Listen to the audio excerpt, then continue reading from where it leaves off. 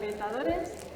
Estoy encantada de presentar a Javier Esteve, compañero de profesión y del mundo TDAH. Es un excepcional comunicador, como vais a poder comprobar.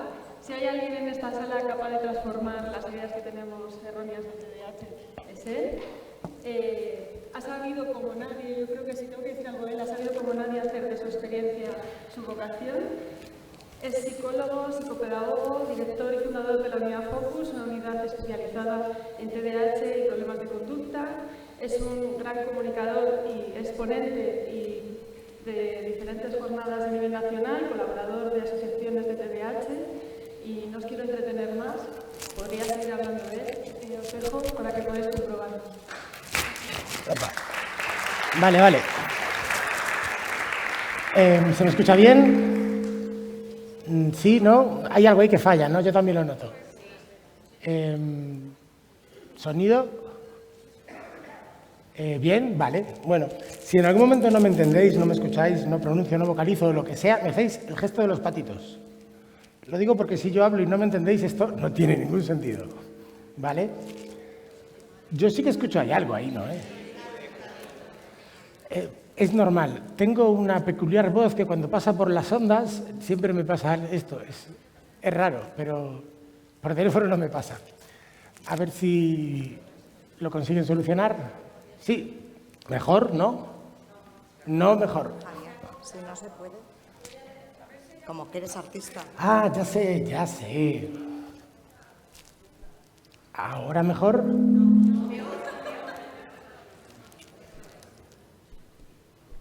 ¿Ahora mejor? Qué frustrante. ¿Vale? ¿Mejor así? Los micros están apagados todos.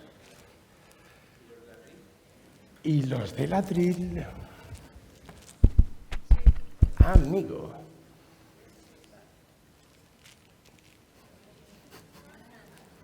¿Y estos dónde se apagan?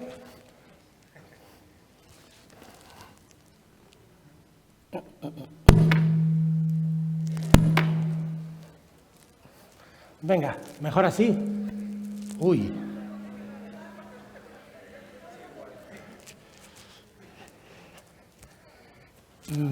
¿Y desde este lado?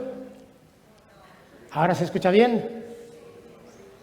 Bueno, pues las doy desde este lado, que tampoco pasa nada. Vale, vamos allá.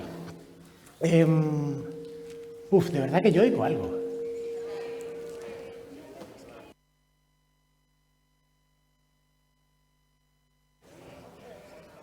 Reiniciamos el router. ¿Ahora mejor? Bien, vale. No sé qué hicimos, pero vale, me llega. Vale, pues arranco. Un poco lo que se me pidió para hablar hoy es que hiciera un pequeño repaso pasado, presente y futuro en relación al TDAH. Y antes de esto, como estamos entre orientadores, pues me gustaría hacer una introducción hablando de mi experiencia con la orientación. La primera vez que yo conocí a un orientador fue hace exactamente 19 años. Yo era un estudiante más bien difícil de llevar. Y un poco hartos de mí me mandaron a ver al orientador, que para mí en aquel momento era el orientador laboral. Era el tío que te decía para qué valías. Y todo el mundo me decía que era muy listo, pero yo veía que no valía para mucho, así que me venía bien. Llegué a ese señor, peté en la puerta y había un señor de 55 años con bigote, repanchingado en el asiento leyendo el periódico. Dijo, pasa, siéntate para hacerte el test. Yo fui a sentarme, pero en lugar de sentarme en la mesita que tenía él para hacer los test, me senté en su mesa, no en su silla, pero sí en su mesa. Me senté en su mesa y como estaba llena de cosas, cogí unas carpetas que había y las aparté. Y en el momento que aparté las carpetas, vi un cuadrado de polvo. Y en ese momento vi la luz. Dije, anda, este es mi futuro, lo veo claro. Es decir, este señor está aquí leyendo el periódico y en su mesa mueves unas carpetas y queda un cuadrado de polvo. Me vi en el futuro, siendo orientador, sentado allí jugando a la Game Boy, que apareció un chaval, yo le hacía un test y le decía, pa' bombero. Bien. Lo irónico de todo esto es que me puse a estudiar, hice psicología, hice psicopedagogía, y después de estudiar, pues como nos suele pasar a las personas con TDAH, pues encontré algo que me apasionó, que fue la clínica. Y pasé de ser una persona tipo Balú, cuya máxima ambición era rascarme la barriga, a convencer a mi familia de ir mudándonos de ciudad para abrir nuevas unidades clínicas y esas cosas. Pero en principio yo lo veía claro. Eso de orientador en aquel momento molaba. Lo curioso de este señor, que me dijo que por qué no te haces bombero, chaval, es que si me hubiera hecho orientador, no hubiera estado tan equivocado, porque hoy por hoy el trabajo de orientador es el más parecido al del bombero. Básicamente consiste en estar todo el día apagando fuegos. Es decir, pasó de ser no tener muy claro lo que había que hacer a hacer todo. El todólogo que hablaba ayer, que me gustó la expresión, efectivamente, vale para todo. Y en el futuro tampoco tengo muy claro para dónde va a ir la figura de la orientación, porque realmente es complicado, porque es difícil formarse de todo. Es decir, si tenéis que ser psicólogos, mediadores de conflictos, pedagogos y de cualquier cosa, pues vais a tener que estudiar un montón. Tienes que ser evaluadores, neuropsicólogos. Realmente es algo que yo tampoco entiendo ni termino de comprender por qué os ponen a hacer evaluaciones. Hacer una evaluación es algo complicado. La mayoría de los psicólogos que conozco no lo hacen. O no lo hacen bien, al menos, o no serían capaces de hacerlo. Y claro, tenemos que enfrentarnos muchas veces con orientadores que hacen evaluaciones, y esto os lo digo desde mi punto de trabajo, y que luego te fastidian a ti. La cantidad de veces que me han llegado un WISE mal hecho, que no puedo repetir el WISE hasta pasar 2 años, y me la lían parda. Y tampoco veo la necesidad que realmente tiene un orientador de hacer una evaluación. Yo no la veo. A lo mejor yo no estoy en vuestra piel, yo no he sido orientador finalmente. Pero sí que no termino de entender el porqué esto de, no solo de evaluar, sino además de la validez. Uno de los conflictos que tenemos en psicología muy grandes es esto de quién puede y quién no puede diagnosticar. Si no eres clínico, si tienes el PIR, si no tienes el PIR. Lo irónico para mí es que un psicólogo sin PIR no puede diagnosticar, pero un orientador sí. O al menos oficialmente, en Galicia, es bastante más válido a nivel Sergas de lo que es mi diagnóstico. Y esto es porque al final, cuando tú pasas por el Sergas, aquí no se llama Sergas, aquí ¿cómo se llama el sistema? Salud pública, vamos. Cuando tú pasas por la pública, la voz del orientador tiene muchísimo peso porque es una persona, es un funcionario, es una persona no privada. Bien, os contaré un proyecto que estuve haciendo durante 5 años, que se llamaba la experiencia Focus Aula. Podéis buscar en YouTube experiencia Focus Aula y veréis entrevistas de los profes que pasaron por ahí. La idea era simple, era una idea de transformación educativa que consistía en la formación al profesorado desde dentro del aula. Algo que me di cuenta es que las personas no aprenden escuchando. Esto está estudiadísimo, la pirámide del aprendizaje. Es decir, ahora mismo vosotros estáis aprendiendo un 10% del contenido. Solo un 10% porque no estáis haciendo nada activamente. Qué triste, ¿no? Vamos a activarnos. Poneros de pie, por favor. Quiero que os pongáis todos mirando hacia vuestra izquierda. Quiero que estiréis la mano y toquéis suavemente la nuca de la persona que tenéis enfrente. Que estiremos la mano y le toquemos la nuca a la persona que tenemos enfrente. La nuca, la nuca. Bien, tocamos la nuca. Podemos sentarnos, gracias. Bien, el hecho es que para poder aprender hace falta tener un nivel de activación elevado. Es decir, ahora mismo, a pesar de todo este revuelo, tenéis más opciones de aprender que hace 5 minutos. Porque hace 5 minutos estabais repanchingaos. Estabais aquí, podíais estar pensando en lo que voy a hacer mañana, podíais estar pensando en lo que sea. Pero después de activaros es más difícil y todo lo que yo vaya a decir ahora tiene más valor que lo que decía antes por el mero hecho de que estáis activados. Bien, este proyecto Focus Aula consistía en lo siguiente. Cogíamos a un profesional, lo metíamos dentro de un aula para hacer formación in situ, formación desde dentro. ¿Cómo hacen los médicos? Es decir, tú te haces cirujano, no estudias un libro y luego te dan un bisturí y te dicen, ¡hala! Cierran la puerta del quirófano y te quedas allí solo con el paciente. Porque los profesores es un poco lo que le hacemos. Ellos estudian un libro y luego les metemos en una aula y cerramos la puerta y ¡hala! Ahí te quedas. Bien, entonces lo que hacíamos era nos poníamos detrás y hacíamos un estudio de toda la conducta del profesor. Nosotros nos disfrazábamos de farola, le llamamos la figura del faro. Oh, perdón.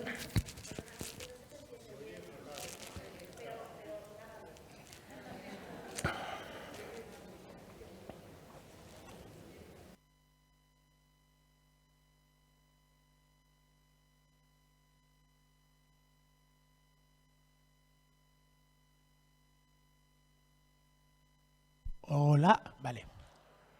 Jova, vale, ok. Me cuesta bastante tener algo en la mano y que se me entienda, con lo que ahora vais a tener que recordarme el gesto para que yo acerque el micro, porque va a pasar esto más de una vez, ¿vale? Bien, como estaba diciendo, el proyecto consistía en que cogíamos un profesional, lo metíamos dentro del aula, lo disfrazábamos de farola, es decir, que pasara inadvertido, no podía interactuar con los chavales, no podía interactuar con nadie, era un poco como el apuntador del teatro, ¿vale? Y su trabajo era hacer un estudio de todo lo que hacía el profesor y de todo lo que ocurría en el aula y hacerle señales al profesor, que algunas veces eran como al terminar la hora de clase, hablamos en lo que pasó, a veces era a mitad de la clase con mano alzada o con gestos, y en los casos más de profesores más, ¿cómo decirlo amablemente? Bueno, profesores más negligentes, lo que hacíamos era la rémora o el pinganillo. Es decir, le poníamos un pinganillo o me ponía yo en la oreja del profesor y le iba diciendo lo que iba teniendo que hacer. Para mí fue una tremenda sorpresa ver cómo los chavales no les sorprendía. Es decir, chavales de primero, segundo, tercero, cuarto y quinto de primaria no se sorprendían de que haya un señor persiguiendo a la profesora y hablándole al oído durante toda la clase. Igual que los chavales de instituto no se sorprendían porque hubiera un tipo detrás de la sala que no hacía nada, estaba con una tablet. En menos de 20 minutos pasaban de mí del todo. Y si tenían que cometer delitos, los cometían en mi presencia como si yo no estuviera. Estaban así con el móvil, vi unas cosas, estaban así con el móvil viendo vídeos de YouTube en mitad de clase. Y de repente le decían al de al lado, mira esto. ¡Fum! Lanzaba el móvil por el aire, el otro lo cogía, lo ponía aquí y se ponía a mirar el vídeo. A mí se me caía todo, esto estaba así, alucinando. Cuando tú te pones detrás de un aula y te dibujas como una farola, ves un nuevo mundo. Y también parte de lo guay del proyecto, que para mi sorpresa, cuando más aprendieron los profesores, fue cuando les puse a mi lado a hacer lo que yo hacía. Cuando les puse de faro conmigo y le dije, fíjate, yo esto es lo que apunto. Entra el profesor, capta la atención como la capta, y le iba dando los tips. Y ellos iban viéndolo desde atrás. Y era una revolución para ellos, porque entendían un montón de cosas que desde el fragor del show, de estar presentando el programa, no lo veían. Yo siempre les hablo a los profesores de que son showmans, no son profes. Principalmente lo que ellos hacen es una exposición, un teatro. Y el teatro tiene que tener su principio, su nudo, su desenlace, sus momentos de captar atención, sus momentos de tensión. Bien, os lo cuento. El proyecto se dejó de hacer por razones meramente económicas. Es decir, este proyecto lo sufragaba yo con la unidad clínica y hubo un momento que la directiva de la unidad clínica dijo, Javi, esto es una empresa, no puedes andar tirando el dinero de esa manera. Y bueno, al parecer a la Asunta no le pareció suficientemente barato, ni siquiera que formara, con lo que el proyecto se paró. Pero sí que aprendí una cosa muy importante. Dos, una, que el sistema educativo es terriblemente difícil de modificar, lo cual ya sabemos. Y dos, que la clave para modificarlo está en romper la soledad del profesor. Mientras el profesor esté solo en el aula, esto no va a cambiar. Y cuando digo solo, no me refiero solo a única presencia, porque por ejemplo tenemos PTs dentro del aula que tampoco logran cambiar nada. ¿Por qué? Porque el PT entra en el aula con miedo a no molestar al profesor y se sienta al lado del niño y le pone el dedito para que lea, intenta que tú no molestes a los demás. Pero este no es el formato. El verdadero formato es el de yo soy tu apoyo, profesor. No tu apoyo para el niño este, sino el tuyo. Este formato de coger a los PTs, que esto también lo hicimos, y ponerlos detrás de Faro, hacer como de director de orquesta y a instruccionar al profesor. Profesor, calma, calma. Profesor, refuerza a fulanito. Profesor, venga, déjalo pasar. Esa figura que le da seguridad y calma al profesor da un resultado brutal. Bien, vamos con la ponencia mía. TDAH, pasado, presente y futuro. Bien, empecemos por el pasado. Hace 30 años, no tengo nada que decir hace 30 años. Hace 30 años no hay nada que decir, hay un triste silencio. A pesar de que el TDAH lleva en los manuales desde los 50, pues hace 30 años es como si no hubiera estado en los manuales. No sé muy bien qué estudiaban los psicólogos de la época, pero desde luego no debían estudiar los manuales, porque allí estaban. Cuando yo tenía 6 años, 5 años, mi profesor de parvulitos le regaló a mis padres un libro que se llamaba El niño hiperactivo. Lo tengo en casa todavía, está muy arrugado. Mis padres se pasaron la vida llevándole a los médicos, a los psicólogos, a todo el mundo el libro, diciendo esto. Y los médicos, eso no existe, eso nada. Y bueno, es un poco curioso, ¿no? Que fueron un profesor de parvulitos el que le diera a mis padres la clave que 20 años después o 21 años después les daría la solución al problema. Durante mucho tiempo, sencillamente no existió. Hace 20 años se empezó a hablar de esto y se empezó a hablar como hiperactividad, niños hiperactivos. Este era el problema. El problema no era otro que este niño no para quieto, que es insufrible. Lo que quiero es que pare quieto. Básicamente aquí el problema no era otro que la hipercinestesia, es decir, que te estuvieras quietecito. Una vez te estuvieras quietecito no había problema, y por eso se interpretaba como un trastorno de conducta. El problema es la conducta del niño, y este es el único problema. Luego, más adelante, se hizo moda, y aparecieron personas que decían que el TDAH es una moda. No lo decían, el TDAH es una moda. Si entendemos lo que quiere decir la palabra moda, lo es. Aquí podemos ver, por ejemplo, el consumo de fármacos para el TDAH. Vemos que en 1992 no lo consume ni Harry. Y de repente, ¡ping!, en el 2000 hay un pico brutal. Esto quiere decir que antes no estaba y ahora sí está, y por lo tanto es una moda. No creo que sea una moda pasajera, pero desde luego sí lo es. Bien, y aparecen estas mismas personas que dicen que el TDAH no existe. Y esto, que en principio podría haber sido un problema o un inconveniente, en realidad fue maravilloso. Fue lo que facilitó que el TDAH fuera lo que es hoy. Gracias a estas personas que decían que el TDAH no existe, y gracias a que la medicación que se nos da se llama anfetamina, porque si se llega a llamar ibuprofeno, pues nos hubiéramos podrido del asco, pero como se llamaba anfetamina, eso generó un revuelo social maravilloso, con un montón de debates, un montón de cosas que puso el TDAH en la cabeza. Para que os hagáis una idea, hoy por hoy el TDAH es el trastorno con más evidencia científica de todos los trastornos conocidos, a más del doble y del triple. El metilfenidato, la pastilla, es el medicamento más estudiado por la humanidad, con 10 veces más evidencia científica que la aspirina. Y todo esto gracias a que, bueno, las farmacéuticas pusieron la pasta. Yo quiero mandar un mensaje aquí a todas las personas investigadores sobre el TDAH. Basta.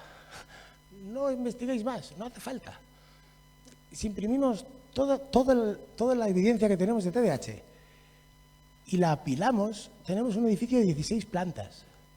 Por favor, hay otros muchos trastornos mentales que nos caben en una caja, en una triste caja y algunos en una triste carpetita.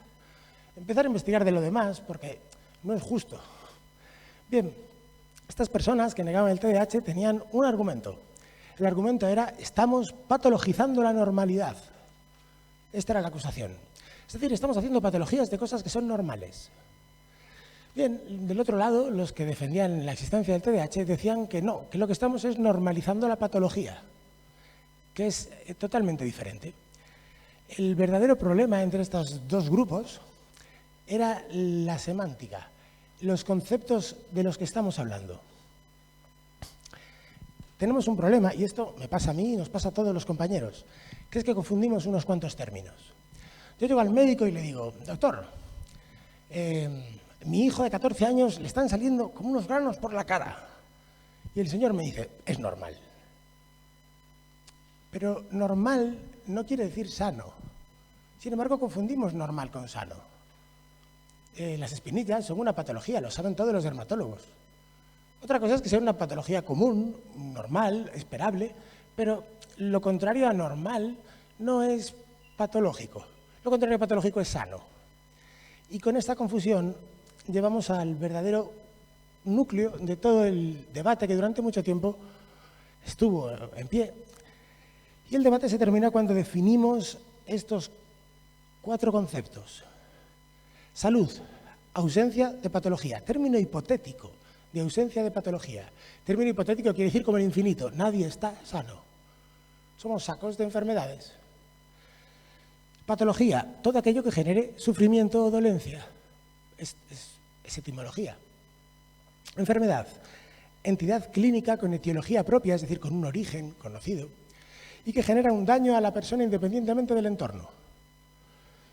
Un síndrome es un conjunto de síntomas sin etiología que generan un daño. Y un trastorno es una desadaptación de un individuo a un medio.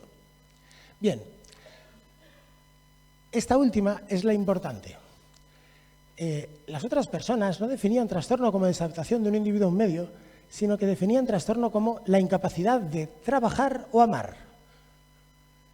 Desde esta definición, pues está difícil llegar a un trastorno porque capacidad de amar, siendo humanos, y capacidad de trabajar, pues se tiene mucho.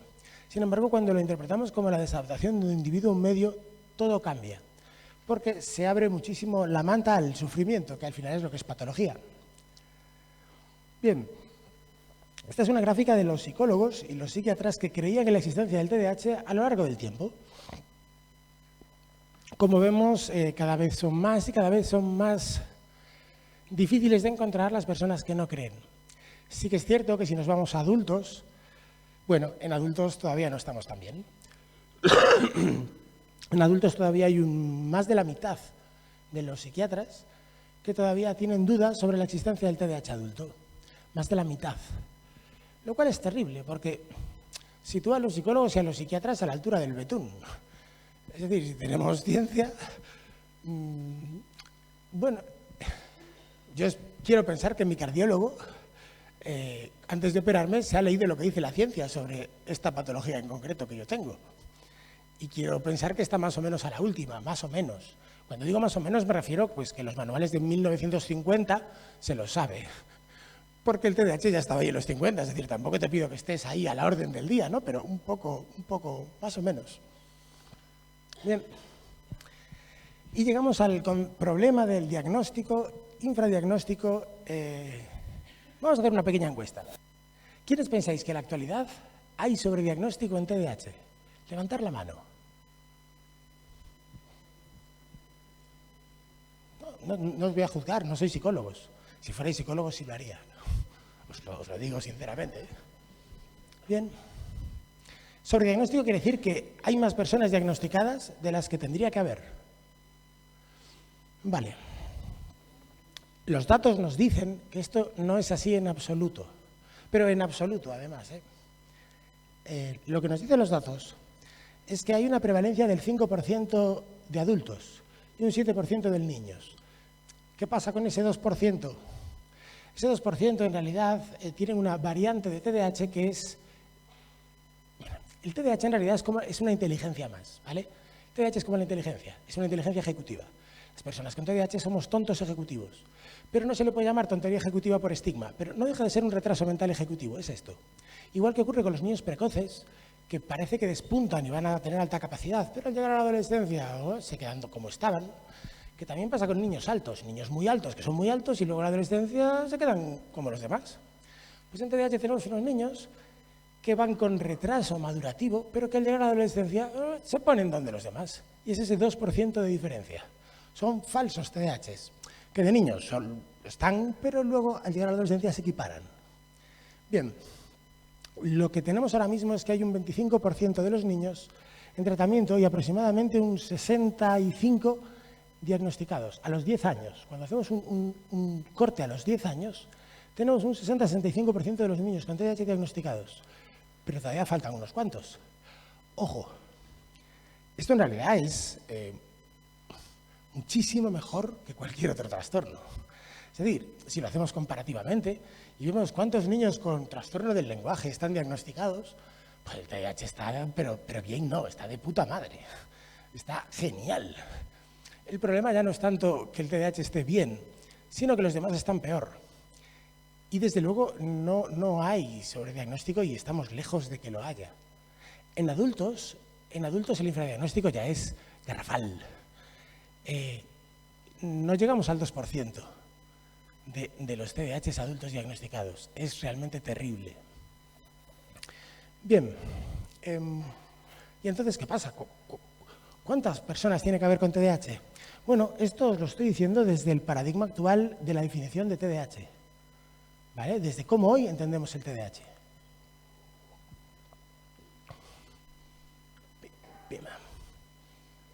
Bien, ahora el problema que tenemos es que lo que es invisible ya no es el TDAH ya se ve. Lo que es invisible es toda la comorbilidad. Y aquí empieza el verdadero problema. Porque hay un montón de patologías que todavía no vemos. Y me gustaría hacer mención al TEL, al trastorno específico del lenguaje. Me llega un montón de chavales con un diagnóstico o erróneo o incompleto. Porque este es el verdadero problema de los clínicos. El verdadero problema de los clínicos, y esto no es vuestra historia, es la mía, y esto es lo que le digo a los psicólogos, pero os cuento el problema, es la monocausalidad del monodiagnóstico. Por una cuestión de economía, los psicólogos hacemos diagnóstico express. Hay dos tipos de diagnóstico, ¿no? Un diagnóstico completo, en el que yo voy revisando todo lo que puede estar ocurriendo aquí, descartando todo, y hago un análisis completo, que en pasta, para que os hagáis una idea, es entre 1.800 y 3.000 eurazos, pagados en privada, que se hace muy inasequible hacer un diagnóstico completo. Y luego está el diagnóstico express. El diagnóstico express, tú llegas, te sientas delante mía, yo te huelo, tú me cuentas un par de cosas, te hago 3 preguntas, si me respondes sí a las preguntas, ya sé por dónde voy, y entonces te digo, ¿qué te pasa esto? ¿Qué te pasa esto? ¿Qué te pasa esto? TDAH, te pillé. Y pum, te marco el diagnóstico. El diagnóstico express tiene una probabilidad de error muy baja, menos del 10%. ¿Qué es lo que le ocurre entonces? ¿Por qué no es maravilloso? Porque efectivamente lo que yo diagnostico está bien diagnosticado, pero no diagnostico todo lo que hay. Solo diagnostico lo que te pille en ese momento. ¿Qué va a estar bien diagnosticado? Sí, pero todo lo demás se me va a escurrir. Y aquí viene el verdadero problema. Como decía, con las personas con trastorno del lenguaje vienen chavales que o no tienen TDAH o también tienen TDAH, pero el TDAH no es lo que está fastidiando la vida, con un trastorno del lenguaje, es decir, que no comprenden bien. Y al no comprender se gastan energía y entonces pierden la atención.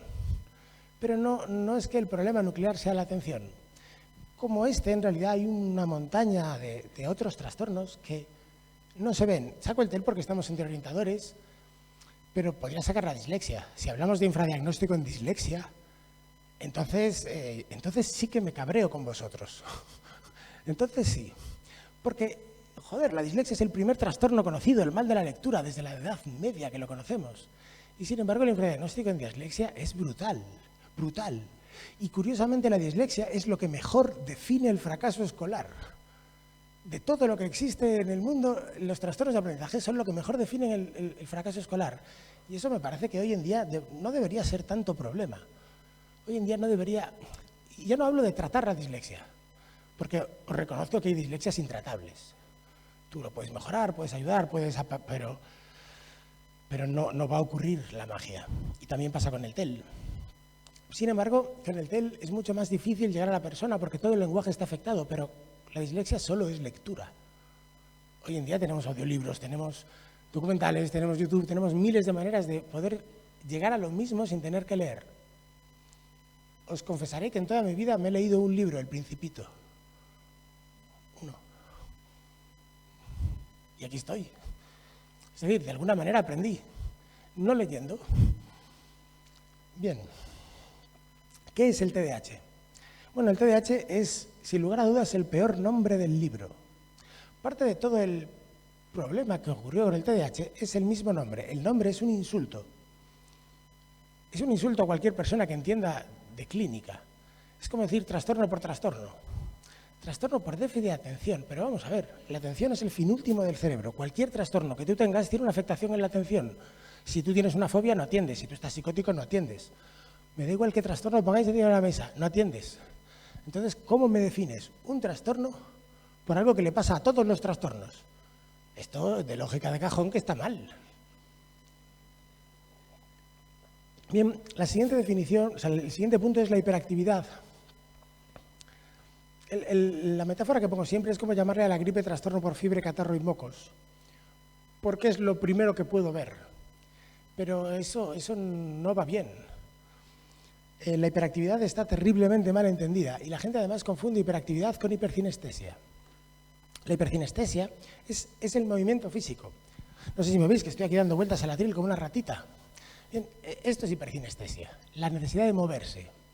Sin embargo, la hiperactividad es algo muchísimo más grande y enorme, que es más cognitivo, es más mental, es que tu cabeza va a 1000 revoluciones. Pero no tiene nada que ver ni siquiera tiene que ver con el trastorno. Bien, pasado reciente. En el pasado reciente, cuando llegamos al TDAH, redefinimos el TDAH no como un trastorno de conducta, no como un trastorno de la hiperactividad, no como los niños que se mueven y tocan los huevos, sino como una disfunción ejecutiva. Una disfunción ejecutiva es una disfunción en la parte ejecutiva del cerebro, es decir, lo que hay detrás de la frente. Este cerebro ejecutivo y esta inteligencia ejecutiva en TDAH están bastante peor, un tercio, peor de lo esperado. Un tercio es un montón, chicos, o sea, un tercio es un montonazo. Teniendo en cuenta que un cerebro madura más o menos hasta los 18 años, le quitamos un tercio y nos queda un cerebro de 12. Es decir, ejecutivamente yo tengo 12 años, yo seguramente 10. Y eso además, bueno, sorprende mucho cuando cognitivamente la persona que tienes delante, tú hablas con ella y dices, tú, hombre, yo no veo ahí tanto retraso como él dice, yo le veo, me habla, le hablo, bien, me razona. Claro, me razona, pero el problema no es razonar, el problema es ejecutar. El problema es la ejecución consciente.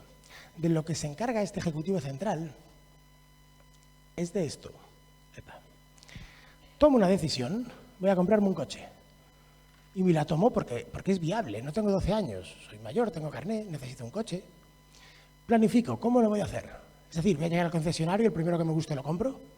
¿O voy a estar 10 años haciendo estudios de mercado de cuáles son los mejores coches? Bueno, pues entre uno y otro está el adecuado. Inicio mi plan. Arranco, no empiezo mañana, inicio el plan. Me mantengo durante el plan. No paso una moto y digo, bueno, compro la moto. No, me mantengo. Inhibo todo lo demás para mantenerme. Termino la tarea, la termino al 100%. Y algo que nos pasa a los TDAH muchísimo es que nuestro 100% es siempre un 80%. ¿Y por qué? Luego lo explicaré, porque baja la arousal.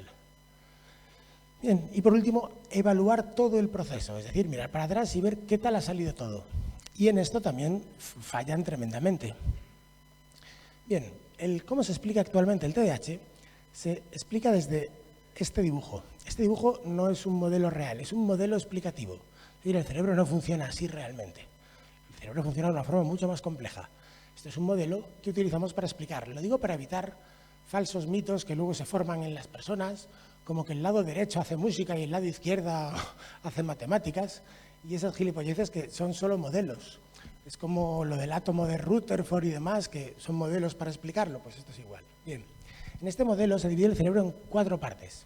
La primera parte es el reptiliano. El reptiliano es la parte de los instintos, las reacciones, los escalofríos, el estómago. Eso que sentisteis cuando el de atrás os tocó la nuca, eso fue reptiliano. Bien, el siguiente cerebro es el límbico, que es el cerebro de las emociones. El cerebro que nos dice la intensidad de los estímulos y la emoción de cada estímulo. Es decir, qué cosa siento y cuánto la siento. El cognitivo es el cerebro de los hábitos, de las creencias y de los razonamientos. Es al que le damos verdadera importancia.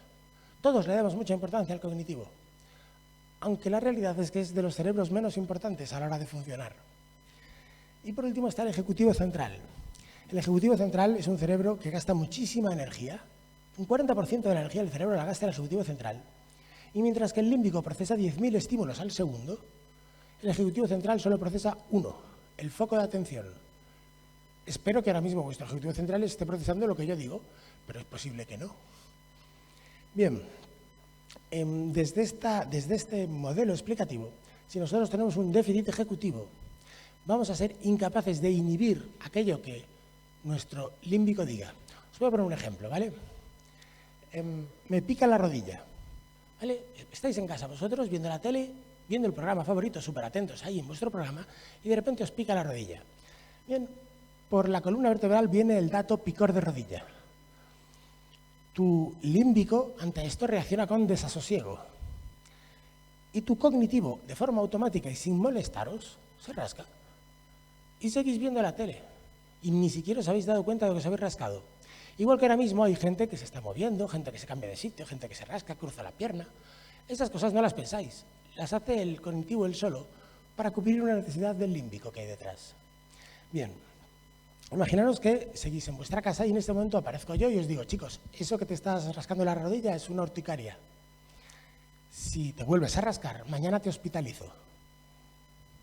Bien, en este momento el estímulo picor de rodilla pasa de ser un estímulo bajito a ser un estímulo intenso, porque ojo que nos hospitalizan mañana.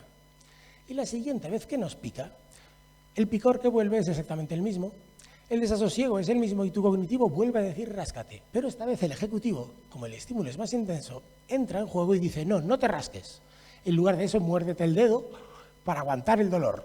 O cierra los puños, o aprieta, o intenta gestionarlo de cualquier manera, que es lo que hacemos todos cuando no nos queremos rascar. A pesar de esto, si nos pica mucho nos vamos a rascar, porque va a llegar un momento donde el límbico siempre toma el mando. Esto se llama secuestro amigdalar, que es cuando perdemos los papeles también. Bien, las personas con TDAH tienen muchísima más dificultad para que el ejecutivo central entre en juego. Y entonces el ejecutivo central no entra, salvo que el estímulo sea suficientemente intenso.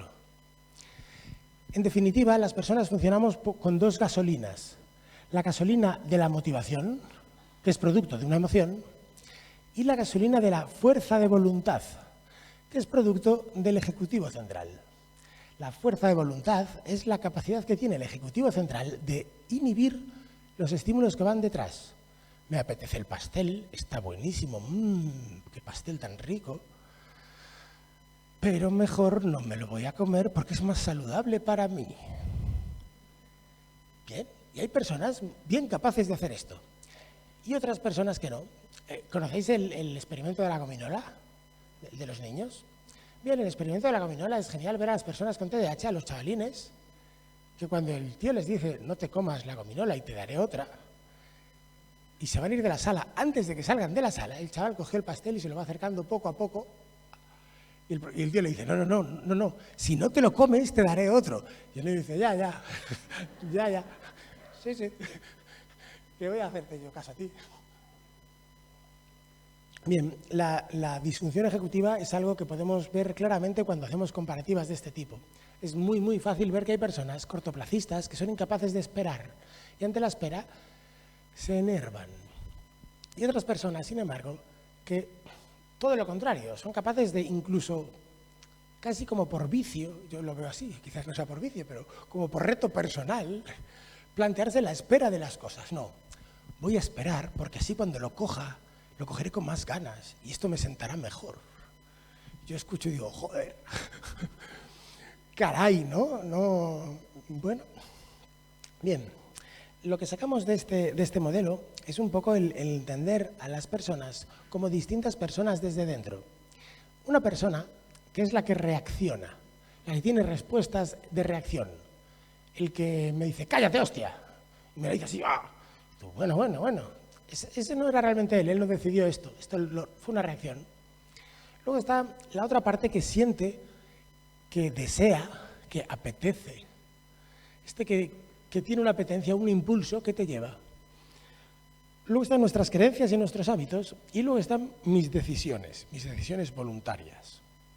Tenemos en general como sociedad una tendencia al intencionalismo, a pensar que las personas hacen lo que hacen por la intención. No le da la gana, bueno, él verá, El pensar que hay malas personas ya es esto. La realidad es que no somos tan humanos como creemos. Somos mucho más parecidos a los monos. Somos monos, en realidad, primates, si lo preferís. Y no nos diferenciamos un carajo de los primates. Sí, es verdad, tenemos una capacidad de decidir, pero es una capacidad muy chiquitina. Incluso esas personas que aguantan con el pastel. Esto es muy limitadito. Estamos esclavizados por nuestras creencias y absolutamente esclavizados por nuestras emociones. Absolutamente. Bien, antes de seguir, quiero que hagáis una cosa. Quiero que busquéis una moneda, puede ser de 50 céntimos o 1 euro, y la saquéis.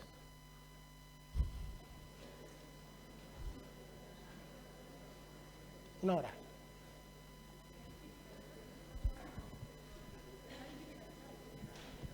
Javi, 1 hora. Ya está. Bien, ¿tenéis la moneda ya? Bien, quiero que cojáis la moneda y la metáis en el tobillo, por dentro del calcetín. En el tobillo, por dentro del calcetín. Gracias. Metemos la moneda en el calcetín. En el tobillo, dentro, en el calcetín. Es un juego, luego os explicaré por qué. Bien, tenemos la moneda metida en el calcetín. Bien, continuamos, luego vuelvo a esto. Bien. El presente del TDAH. En el presente nos abrimos a, primero, un gran descubrimiento, que es el tempo cognitivo lento.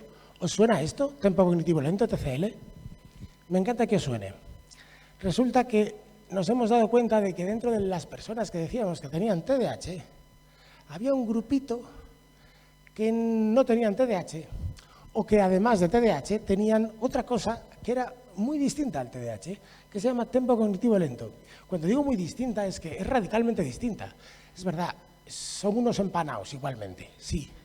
Pero esto dijimos que lo tenían en común todos los trastornos mentales. Todos los trastornos tienen una afectación en la atención, entonces que también lo tenga el TCL tampoco es para tanto. Este tempo cognitivo lento, de lo que nos habla es de personas, el nombre quizás no sea el más óptimo, ¿no? Pero es el que tenemos ahora. Nos habla de personas que funcionan lento.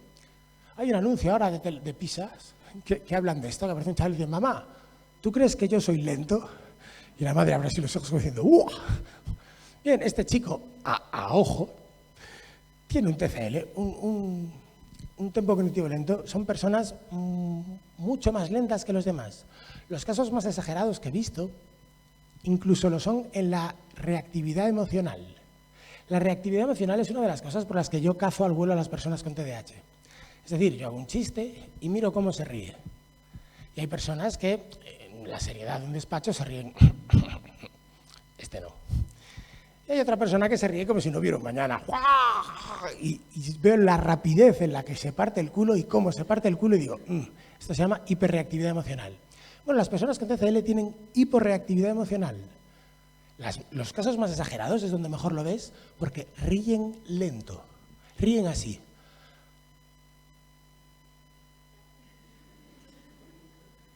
Y tú le ves y dices, hostia, que va, se está riendo. Y el tío está ahí. Y además tú cuentas el chiste y no se ríen ahí inmediatamente. No, no. No es que lo pillen tarde, es que se están riendo ahí y van poco a poco. Y si les dices, venga, vámonos a tal sitio, cogen el estuche. Y no es como en TDAH. En TDAH a veces hay chavales que son lentos, pero no son lentos, están distraídos.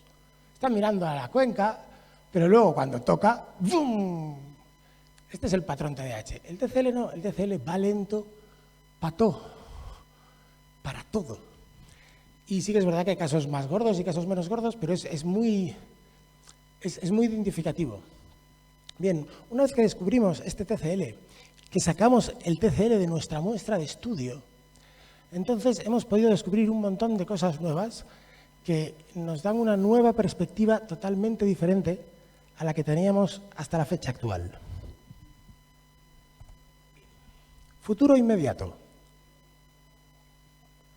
En el futuro inmediato, Estamos cambiando la forma de ver el TDAH ya no como un trastorno de la atención, que ya llevamos un tiempo diciendo que no es. Y sabemos que no es, porque solo hay que verles con el Fortnite. O sea, tú miras el Fortnite y dices, este chaval lleva 18 horas seguidas con un nivel de atención brutal. O sea, tú le llamas y no te escucha, le tiras un lápiz a la cabeza y no sabe que le has tirado el lápiz. ¿Cómo va a tener un problema de atención este niño? No puede ser un problema de atención. Bien, y estamos dándonos cuenta de cuál es el siguiente punto, que es un trastorno por déficit de activación. Bien, hay un concepto que se llama en inglés arousal. Siempre mola poner palabras en inglés, y en este caso mola mucho más porque la traducción es excitación. Y por alguna razón, cuando hablas de excitación, todo el mundo, quiera o no quiera, piensa en algo que no es lo que toca ahora. No, entonces voy a volver a poner arousal, para quitarnos eso de la cabeza, como activación. El arousal es la activación emocional de cada persona. Y decimos emocional porque en realidad todas las activaciones son emocionales. Bien, imaginémonos una barrita, ¿vale?, que sube y baja como esto de la música, como el... ¿Cómo se llama lo de la música? El ecualizador, gracias. Como un ecualizador que sube y baja, es una barrita.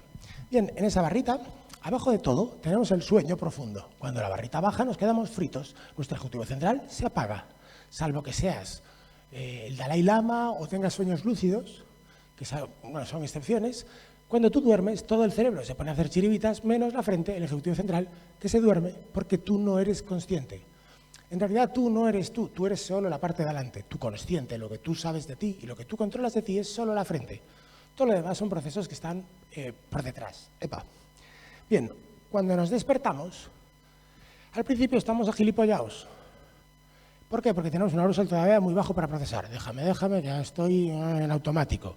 Y hago lo que haga todos los días de forma automática sin pensar demasiado, porque yo aún no estoy aquí. Pero aún no estoy bien. Luego, cuando llegamos al punto 2, empezamos a ser capaces de rendir. Entramos en la zona de rendimiento, en la que mi ejecutivo puede entrar, pensar y decir, bueno, ya me he duchado, ya me tomo el café o lo que haga para despertarme, y a partir de aquí puedo funcionar. Y las personas vamos funcionando hasta llegar al número 3, que estamos excesivamente nerviosos, donde pone ahí arriba ansiedad. En realidad no es ansiedad, es estrés, pero la gente lo entiende mejor por ansiedad, pero es por si alguien conoce el término y me dice, le doy la razón, es estrés. Es decir, a medida que vamos subiendo, llega un momento en que esto es demasiado, así yo ya no puedo, es decir, se nos pasa de vueltas el arousal, estamos demasiado activados. Si seguimos subiendo más, llegamos al secuestro amigdalar que decíamos antes, a perder los papeles, a perder el control, a ser esclavos de lo que mi emoción diga. ¿Por qué cuando, por ejemplo, ¿no?, en un momento dado me cabreo y le digo a alguien, hijo de puta, y luego le digo, lo siento? ¿Qué quiere decir lo siento? Lo siento quiere decir, no pienso que seas un hijo de puta, pero cuando te lo dije lo sentía. Es esto, no es otra cosa, no es lo que yo pienso, pero sí es lo que siento realmente, es lo que en ese momento sentí. Bien, el secuestro emocional es que nuestra emoción toma el mando y hace lo que le da la gana. Y si seguimos subiendo aún más, que se puede, llegamos al ataque de pánico, catarsis, bloqueo, desmayo, pantallazo azul del sistema y vuelta a empezar. Hay unos estudios muy guays que molan mucho, no vienen al caso, pero os los cuento. Resulta que si de repente entra por la puerta un león ahora mismo, todos vosotros, de 0 a 100 en un segundo, os ponéis en el 4. Empezáis a gritar y a correr todos hacia aquí para salvaros del león. Pisáis al de al lado si hace falta. Y pisáis al de al lado, esto es la leche. También se ve muy bien con personas que están ahogando, como la persona que se está ahogando, si el tío que le va a rescatar no sabe hacerlo, la ahoga, porque está desesperada. Bien, sin embargo, si en lugar de entrar un león por la sala, entrase un dragón, o otra cosa aún más desconocida que un dragón, algo que no podemos entender porque no tenemos ni siquiera nombre, vosotros no correríais, no gritaríais, no reaccionaríais como con un león intentando salvar vuestra vida. La respuesta, y es espectacular de ver, sería esta. ¡Puf! Como pollos. Primero se os pondría una cara desencajada que llama la atención porque es una cara realmente espectacular, es una cara como ¡wow! ¡Qué cara! Se te ha desencajado todo, no te reconozco. Y luego, ¡pop!, te caes al suelo, al rato te levantas y dices, ¿qué ha pasado? No me acuerdo de nada. Esto es lo que llamo el pantallazo azul de Windows. Es decir, sobrecarga del sistema, el estímulo que entran es improcesable, porque es improcesable, no es que sea un león y tenga que salvar mi vida, es que no, mi cabeza no da, y peta, ¡pum! Y hay un reinicio. Bien, volviendo al arousal. ¿Qué tiene que ver entonces esto, que esto nos pasa a todos, lo del arousal, con TDAH? Bien, la diferencia clave está en el intervalo de eficacia de las personas frente a su arousal. Todas las personas tienen un intervalo de eficacia desde todo lo que es la zona verde. Es un intervalo amplio de eficacia. Durante toda esa zona, su ejecutivo central puede funcionar. Funciona bien.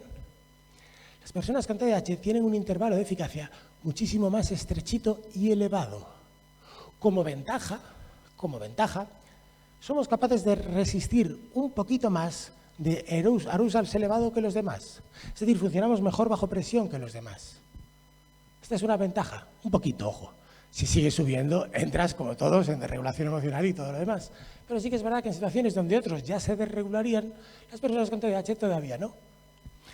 Y esto te lo cuentan muchísimo en consulta. Pues hay un accidente de tráfico y de repente yo estaba en mi línea, yo estaba allí, veía que todo el mundo estaba haciendo el gilipollas, pero ponte el chaleco, chica, sal de ahí, ¿tú qué haces? Y de repente yo era el único que estaba cabal en esa situación.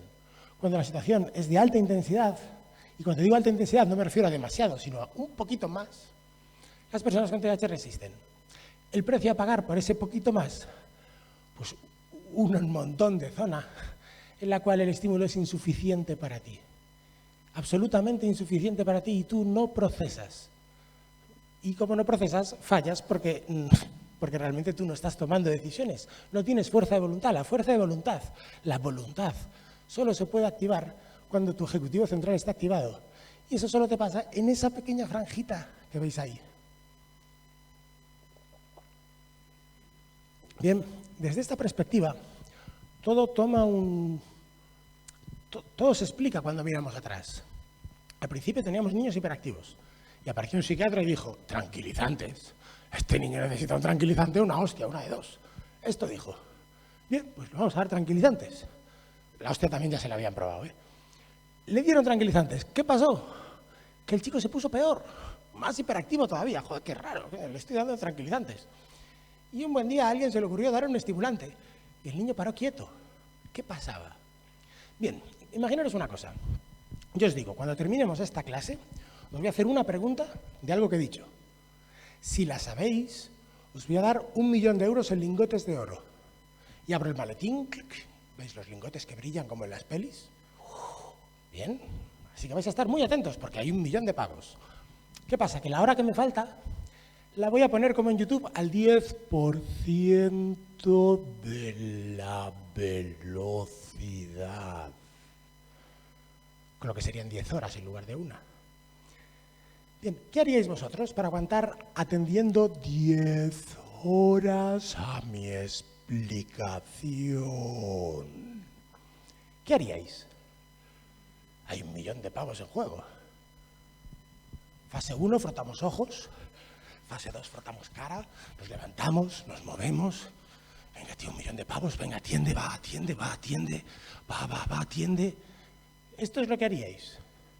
Esto es la hiperactividad, no es otra cosa. La hipercinestesia solo es un intento del cuerpo de activarse para aguantar un tostón soporífero. Y así fue mi infancia entera. Estrategia 1, el columpio. Con el columpio atiendo. Javi, siéntate bien. Me siento bien. Estrategia 2, afilar.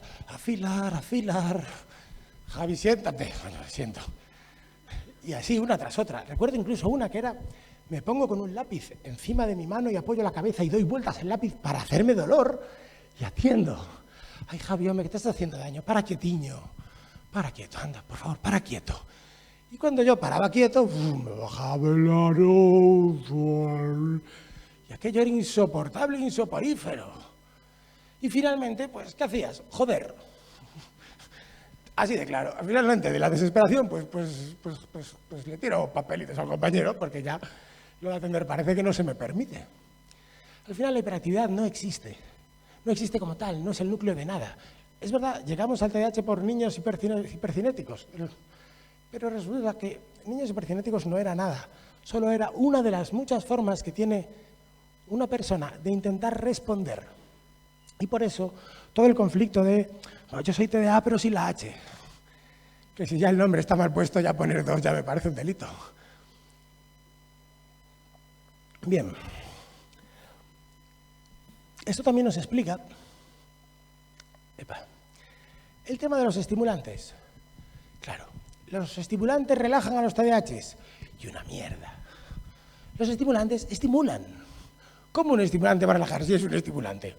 A ti desde fuera te parecerá que el chaval se mueve menos, o que está más centrado, o lo que tú quieras, pero no relaja a nadie, es un estimulante, te estimula. El problema es que tú estabas falto de estimulación, y ahora con un estimulante estás más cerca, ojo que no es idílico, pero estás más cerca de estar ahí a un pasito de esa zona en la que sí puedes procesar, y facilita mucho las cosas, muchísimo las cosas. Bien, además del porqué, del buen resultado de los estimulantes, que no se dudaba, pero sí que no se entendía muy bien el porqué. Sí, daba más dopamina. ¿Será por la dopamina? Bueno, chicos, dopamina hay en todo el cerebro, ¿eh? Y mucha. Y lo de la dopamina es más una teoría que, o sea, sí, sabemos que hay... Lo de la dopamina es cierto, pero esto no explicaba un carajo, realmente. No era completo. Además, explica todo el tema de la hipercinestesia y de por qué la hipercinestesia cesaba en determinadas circunstancias. Cuando el chaval jugaba a la consola no había hipercinestesia. Cuando el chaval estaba súper hipermotivado con que mañana era el día de la excursión, el cabrón se levantaba temprano y hacía todo a su hora. Claro, la interpretación primero es mala hostia, el niño me está jodiendo, porque cuando quiere bien que puede. No es voluntario, no es cuando quiere, es cuando la circunstancia le activa. Y yo no elijo lo que me activa. Sería genial, pero no lo elijo. Yo no soy capaz de elegirlo. ¿O sí? Resulta que sí hay una manera. Y aquí llegamos al futuro del TDAH. Hay una manera de elegir lo que me activo, que es con ansiedad. Bien, por ejemplo, tenemos que hay 3 veces más niños que niñas. Y esto es mentira. Sencillamente, los niños muestran más la sintomatología que nosotros hemos definido como trastorno. ¿Por qué? Porque tienen menos ansiedad los niños. En realidad la diferencia entre hombres y mujeres no son tantas, pero una de las que son claras es su relación con la testosterona y el cortisol. Y como la especie en realidad es hembra, es decir, la especie es hembra, pensarlo así, los cromosomas van en parejas. Lo guay es tener 2 parejas por si te falla uno ir al otro. Sin embargo, los hombres, si nos falla uno, nos lo comemos. Eso no está bien, biológicamente no está bien. La especie es la hembra, lo que tiene que sobrevivir es la hembra. El macho es solo algo que está bien para generar diversidad, pero es muy prescindible. A nivel biológico estoy hablando, no me quiero meter en berenjenales. Pero, ¿cómo es prescindible que se le da? Testosterona, a la guerra, a morir valientes, venga, venga. Y a la mujer se le da cortisol, sobrevive. Tú coja la cría y sobrevive. Y eso que va muy bien para sobrevivir, va muy bien también para funcionar, para coger y subir tu arousal y dejar de tener TDAH, a base de tener un arousal elevado. ¿Y esto cómo se hace? Yo esto le llamo la llamada al teléfono rojo. La llamada al teléfono rojo es una línea de crédito rápido, que en realidad es una estafa, pero que te da pasta así a una llamadita. Y esa llamadita se llama autopunición. Soy un desastre, no puede ser, mal yo, látigo, mal yo, soy un desastre, no. Y de repente mi ansiedad se pone arriba. Estas personas que tienen TDAH llegan a consulta no de niños, no de adultos, ya diría que hasta demasiado tardísimo. El perfil más clásico es mujer, entre 30 y 50 años, que llega a consulta tras el diagnóstico de un hijo o un sobrino, diciendo que se ve reconocida a pesar de que su familia no le ve reconocida. Su familia no dice, esta persona pierde cosas, o no lo tiene por qué decir, muchas veces ni lo dice, pero ya te dice que sí. Y claro, desde el punto de vista clínico, si tú me dices que no te pasa, que no le pasa, pues yo no puedo hacer un diagnóstico, está un poco difícil. Lo que ocurre es que esta persona tira de ansiedad constantemente. Y el perfil clásico además es un terrible juego con terapias de ansiedad y con ansiolíticos. El juego es el siguiente. Como tengo mucha ansiedad, fui al médico y le dije, doctor, tengo ansiedad. Y el doctor me dijo, no te preocupes, tenemos unos fármacos para la ansiedad, la hostia. Efectivamente, me tomé la pastilla y me bajó la ansiedad. Y ese día que me tomé la pastilla y me bajó la ansiedad, perdí las llaves. Vaya. Así que saqué el látigo, ¿cómo pierdes las llaves? Las busqué por toda la casa, revolví, di mil vueltas. Me preocupé, hasta que las llaves conseguí que fueran otra vez un estímulo intenso, de alta intensidad emocional para mí, algo muy preocupante. Y entonces ya no perdía más las llaves, pero claro, mi ansiedad volvía a estar arriba. Así que volví al médico, que me dijo, pues le damos otro cóctel más potente, y me bajó la ansiedad. Y me dejé a los niños en el colegio olvidados. Mala madre, zas, mala madre, vuelvo a subir mi ansiedad. Y así me tiro unos 8 o 10 años hasta que caigo en la burra de que algo está fallando. Porque me paso el día que si mindfulness, que si relajación, Jacobson, bajo mi ansiedad, subo mi ansiedad, bajo mi ansiedad, subo mi ansiedad. El problema es que tengo un TDAH que me cuesta mucho ver. Porque no, yo no pierdo cosas, yo no fallo. No, tú no te lo permites, que es diferente. Las personas que no tienen TDAH no necesitan hacer nada para no perder las llaves, sencillamente no las pierden. ¿Por qué? ¿Cómo las voy a perder? Es más, te miran raro como diciendo, ¿y tú cómo las pierdes? Que es lo que no entiendo. Si es que lo difícil es perderlas, no lo otro. Las personas que tienen TDAH sí pierden las llaves, les guste o no. Y si no las quieren perder, necesitan activarse. Bien, desde esta perspectiva, si estamos hablando de infradiagnóstico hace un rato, el infradiagnóstico cambia mucho. Y hay muchísimo más infradiagnóstico del que creemos. Y aquí nos encontramos con un problema que no es científico, que es un problema social, que es el estigma. Mirad, el DSM-5 tardó un montón de tiempo en salir, un montón. ¿Por qué tardó tanto tiempo? Porque la academia no se ponía de acuerdo en una cuestión muy importante, que es que desde el DSM-5 hay más personas dentro del libro que fuera. Y esto no es tolerable para la academia. No es tolerable. Este dilema no lo tienen los dermatólogos. Los dermatólogos saben que todos vosotros tenéis verrugas, granos, de todo. De todo. Y los dermatólogos se la suda. Claro, tendrán de todo, claro. Pero los psiquiatras no. Porque una cosa es tener verrugas y otra es ser un trastornado. Trastornado yo no, por favor. No. Y los propios psiquiatras de la propia academia no aceptaban este mundo en el cual, pues efectivamente, todos tenemos trastornos mentales y todos somos trastornados. Más, menos, obviamente, hay unas escalas, unas gamas cromáticas infinitas. Y por eso empezamos a hacer diferenciaciones de patología gruesa y patología fina. Y diferenciamos porque realmente hay que diferenciar, porque la patología gruesa sí es esa que no puede ni trabajar ni amar. Pero luego está la patología fina, que genera sufrimiento, pero bueno, un sufrimiento que las personas más o menos van cargando. Y todos los trastornos que todavía no hemos descubierto, pero hay muchos trastornos que DSM se niega a meter en el libro por el mero hecho de que tiene una prevalencia demasiado elevada. Trastornos del apego, ni os cuento. Trastornos por trauma, Bueno, trastornos por trauma te ponen los gordos, el postraumático. Pero si pone el trauma pequeño, pues claro, es que ¿quién no entra aquí? Y volvemos a lo de siempre, normal o patológico. Es decir, que toda la población en África tenga el SIDA y el SIDA sea normal, hace que el SIDA ya no sea una enfermedad, chicos. ¿No? Pues entonces, ¿qué pasa? Pues este es el verdadero problema, que no somos capaces de asumir que la patología no es separable del humano. Y no hablo solo de la mental, hablo en general de la patología. Bien, y llegamos a trauma. Cuando entramos en trauma, ya que lo nombré, la cosa se complica mucho. Resulta que hay una cosa que se llama sintomatología disociativa, que no me voy a meter ahora en este berenjenal, porque es difícil, pero que básicamente es las secuelas de haber tenido traumas.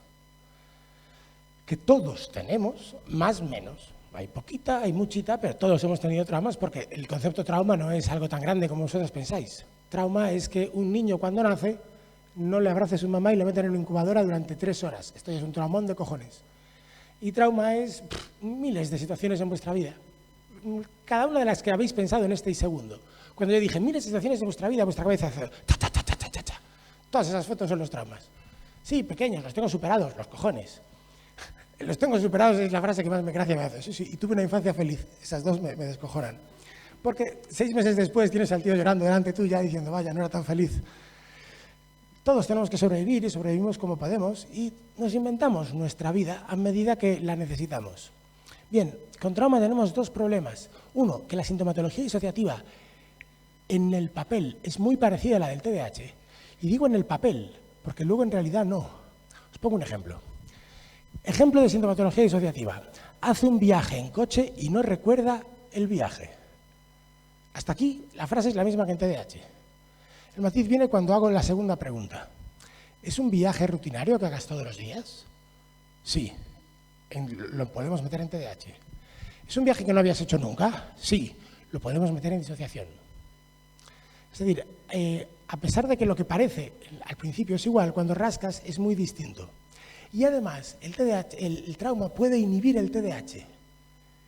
Y esto explica por qué en el colegio antes no había tanto TDAH. Cuando mi padre iba al colegio, el TDAH se curaba a trauma, a hostias. Sí, es así. Es decir, si mi padre movía la piernecita, aparecía el don Emilio, ¡bum, bum, bum, bum! Y le ponía a reventar. Y claro, mi padre ya no movía la piernecita, estaba tieso como un piojo. Ahí. Y a esto los psicólogos le llamamos trauma. Os voy a contar un caso clínico que fue quien me abrió a mí todo este mundo. Me llega una señora de 45 años a consulta, cuyo hijo tenía TDAH, y me dice, Javi, desde hace 8 meses tengo TDAH. Yo me descojono. No, señora, esto es un trastorno del neurodesarrollo, con esto se nace, esto no va así. La señora insiste, yo no me lo creo, llamo a su familia me corrobora que desde hace 8 meses esta señora cumple todos los criterios sobradamente para tener TDAH y antes de 8 meses no. Señora, ¿qué pasó hace 8 meses? Pillé a mi marido en la cama con otra. Pilló a su marido en la cama con otra, pero no sé, no entiendo, ¿y esto qué? No entiendo nada. Digo, esto es una demencia. Se lo mando al médico y el médico se ríe aún más que yo y me dice, Javi, tiene 43 años, busca otra cosa, tío, esto no es una demencia. 3 meses dándole vueltas al caso, ya me lo tomé como un reto, y en un momento dado estoy repasando las notas que ponían los profesores de niños en estas libretas del AGB, el PA y tal, y en sexto es una niña estupenda, en quinto es una niña estupenda, en cuarto es una niña estupenda, en tercero esta niña es súper estupenda, y en segundo veo una cuadernilla llena de letra allí, que la primera vez no leí porque tengo una dislexia cojonuda y pasé de ello, pero ya repasándolo, me fui a leer más minuciosamente lo que decía aquella señora, pero yo di por hecho que si todas decían que era ella estupenda lo diría, error mío. Esta señora decía, no puedo con esta niña, es insoportable, no hay quien no para quieta. Y digo, ostras, qué cambiazo. O sea, que en segundo esta niña, una niña insoportable que no paraba quieta, y un montón de... Bueno, la profesora esta se veía que no era muy buena gente, por cómo hablaba de la niña, por muy difícil que fuera. Bien, llamo a la paciente y le digo, oye, ¿qué pasó en segundo de primaria? Y ella me responde, yo no recuerdo nada antes de tercero. Creí que nadie recordaba nada antes de tercero. Aquí ya caigo en esto es trauma, pues esto es una amnesia disociativa. Y se lo mando a una compañera que hace una cosa que se llama MDR, una especie de magia que quita traumas. Y al cabo de los meses me vuelve y me dice, Javi, ya sé lo que pasó en segundo de primaria. La profesora me amenazó con un atizador incandescente. Y en ese momento, después de 3 meses de rotura de cabeza, yo hago el puzzlecito. Y me quedo acojonado del puzzle que tengo delante. ¿Habéis visto alguna vez Los Simpson? ¿Conocéis a Flanders? Bien, quiero que veáis un capítulo en el que dice Flanders se enfada. Es un capítulo muy bueno, en el que te explican cómo Flanders llegó a ser Flanders. Resulta que Flanders era como Bart, un cabronazo. Pero le hicieron una terapia de choque que consistía en estar 1 año entero dándole cachetes en el culo. Y después de ese año entero se levantó siendo Flanders. ¿Cuál es la característica fundamental de Flanders? Es una persona que no puede enfadarse nunca. Disocia el enfado. Y cuando una persona disocia enfado y no se puede enfadar, se queda en la absoluta vulnerabilidad.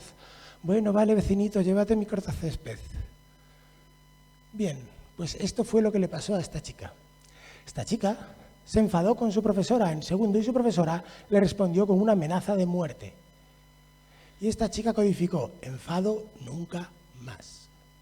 Sin enfado quedó vulnerable y la ansiedad se apoderó de ella. Iba estirada con un palo de arriba abajo todo el día.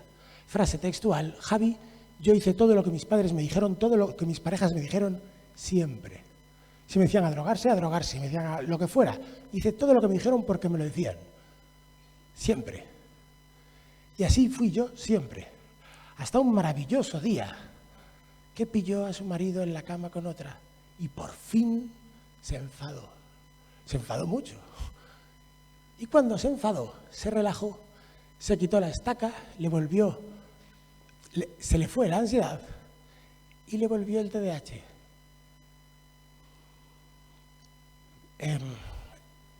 Parecería que este caso es un caso excepcional, rarísimo. Sin embargo, cada vez que doy una charla, y doy muchas, al final de la charla aparece un papá o una mamá que me dice: yo soy el del atizador, pero a mí fue a mano, o en otras modalidades. Pero lo que quiero deciros con esto es que en realidad el océano es muchísimo más grande de lo que vemos ahora. Muchísimo. Y esto es normal. Pensar que la psicología tiene 100 años de vida, es un bebé. Y el objeto de estudio de la psicología es la mente, algo un poco más complejo que el propio universo. Y claro, pues estamos en patatas y eso es lo que hay.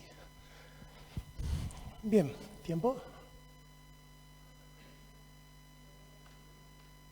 Vale. Voy a hacer una ronda para preguntas y si no, continúo. Bien, preguntas, chicos, vamos allá. ¿Alguien puede pasar un micro para que no pase lo de ayer? Solo.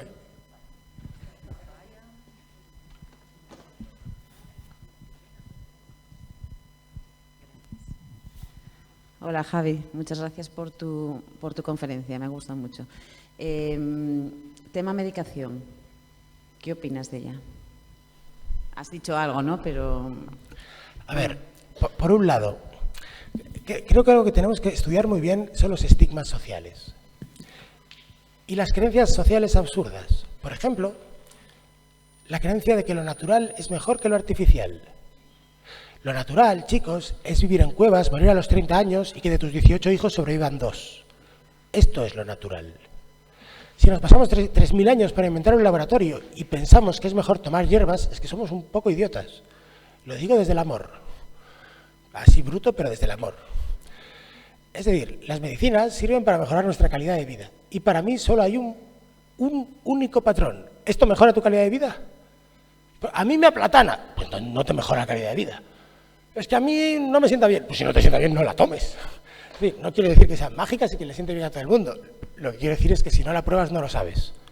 Que el problema no es... Esto de intentar evitar la farmacología es muy estúpido.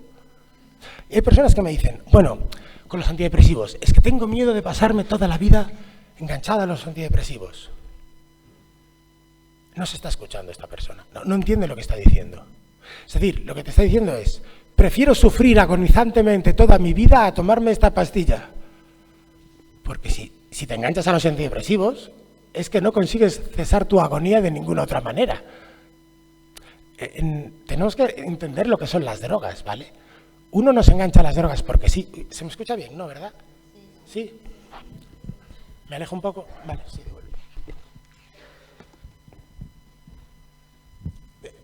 El problema de la droga es un problema que tenemos que interpretar desde el principio. Hagamos un juego, ¿vale? Imaginaros que mañana por la mañana salís de casa y aparezco yo con unos colegas, os pongo un saco en la cabeza y os secuestro. Y os meto en un hospital. Durante 3 meses os meto heroína 8 veces al día. Heroína, 3 mesazos. Al cabo de 3 meses estáis enganchados lo máximo que se puede estar a la heroína. Y entonces os suelto, os libero. Os digo, venga, a vivir. ¿Qué vais a hacer? No vais a buscar heroína. En los hospitales, todos los malditos días enganchamos y desenganchamos a la gente a la morfina. No es un problema. Este no es el problema. Sencillamente pasaréis un mono de mierda y dejaréis la heroína. Así. El problema de la heroína no es la adicción. Esto es un error. Mira, hubo un tío muy listo al que se le ocurrió lo siguiente. ¿Por qué no hacemos un coma inducido a los heroinómanos que se despierten al cabo de un par de meses de coma sin mono ninguno. ¡Qué buena idea! Fracaso absolutísimo. Ni uno, o sea, el fracaso más rotundo que se puede tener. Porque las personas, cuando se meten en un hospital y no necesitaban droga, cuando salen del hospital no necesitan droga para vivir y la dejan. El problema es que las personas que ya se drogan antes de entrar en el hospital es porque no tienen a qué agarrarse en la vida. Y necesitan droga para sobrevivir porque si no, sufren.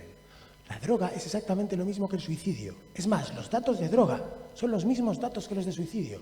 3,8 veces más en hombres que en mujeres, edad de 16 a 28. Todos los datos son los mismos, con una excepción. Cuanto más te drogas, menos te suicidas. Porque tanto droga como suicidio sirven para lo mismo. La gente no se suicida para morir, se suicida para dejar de sufrir. Y la gente no se droga para pasárselo bien, porque mola, tío, ni para encajar socialmente. Solo para dejar de sufrir. Y es así de simple. Las personas que se enganchan a los antidepresivos es porque si no sufrirían. ¿Y qué es mejor? ¿Tomar una pastilla todos los días o sufrir toda la vida? Y yo entiendo que no es lo ideal. Lo ideal es ser capaces de vivir felizmente sin tomar nada. Pero, ¿y si no podemos? ¿Qué? ¿Mejor es sufrir? Este rollo de lo natural, además, es que va más allá. Por ejemplo, hay un dato que demuestra que las personas que cuando les duele la cabeza no toman aspirina viven entre 8 y 10 años menos. Esto es una correlación, no es causa-efecto.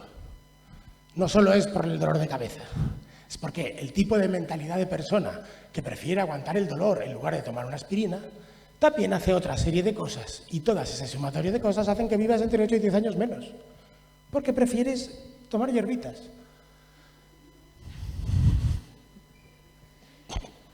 Perdonad que sea así de bruto, yo os digo lo que pienso, si no estáis de acuerdo está bien, pero vamos, la medicación para mí es la cosa más simple del mundo. Si tienes TDAH deberías probar la medicación, deberías probarla, deberías saber lo que hace en ti, deberías probar, es más, todas las que tienes a mano.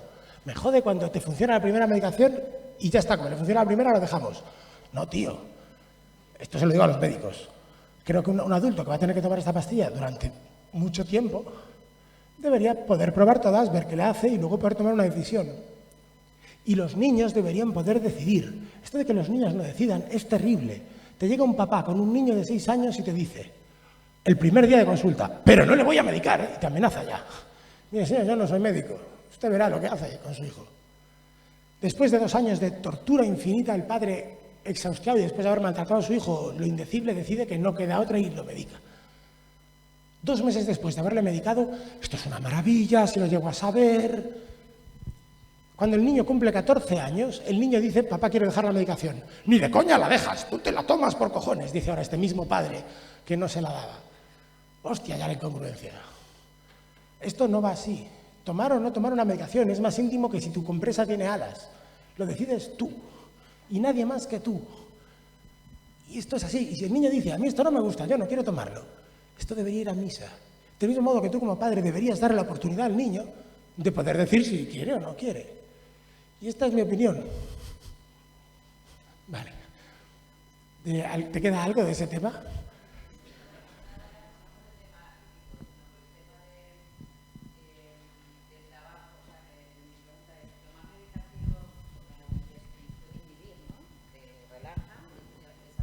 Desaparece el problema, ¿no? Entonces, bueno, más o menos, ¿no? Te lo digo porque yo tengo 2 sobrinos, uno que está medicado y otro no. Y la diferencia es brutal. Entonces, pero los dos están... Y uno desapareció el problema, más o menos, ¿no? Vamos, es lo que dicen los padres. Y otro, pues se ve que el crío, y como dices tú, ¿no? Atiende desde la actividad, ¿no?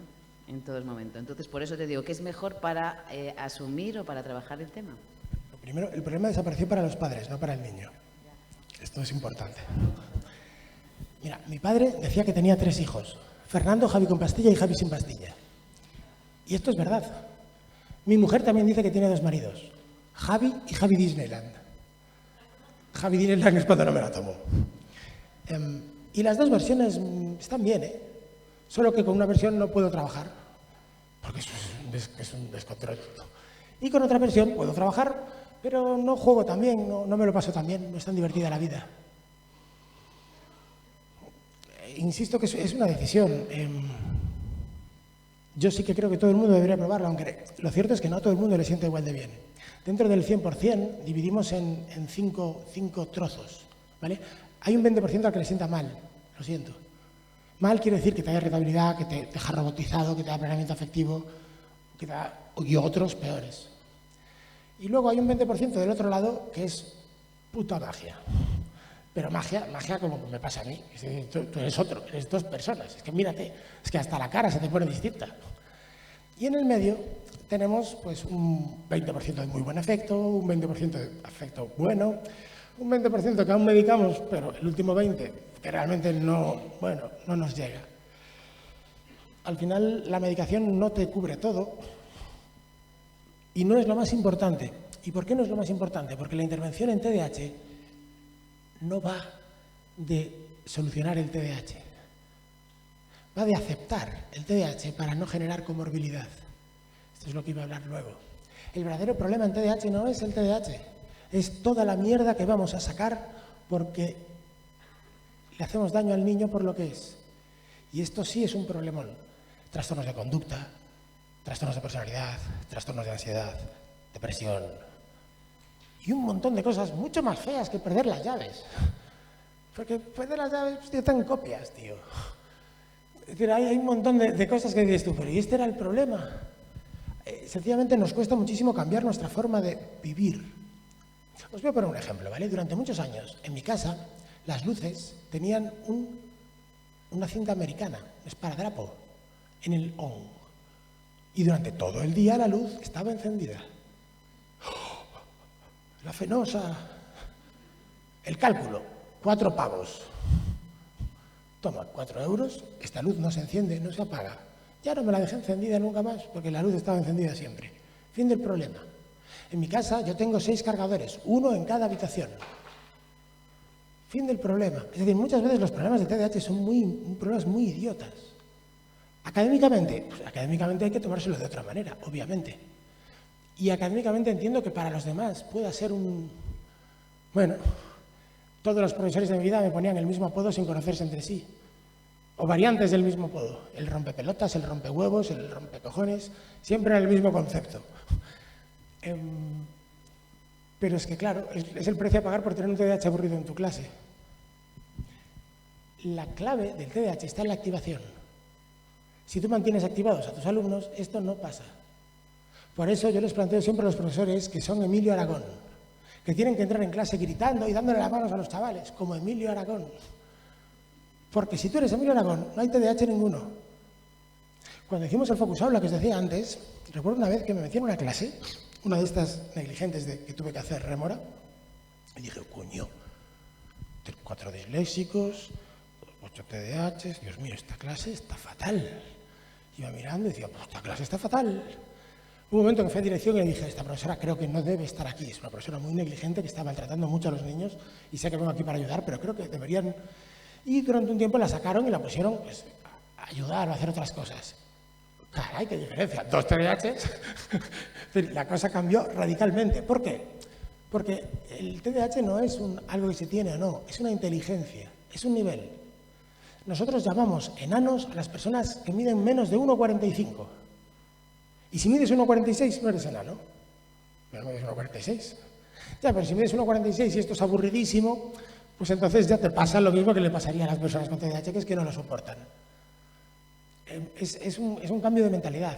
Y lo que yo creo que es más importante de esto que os cuento es que el núcleo de todo está en la activación. Y que si vosotros conseguís activarles, todo irá bien.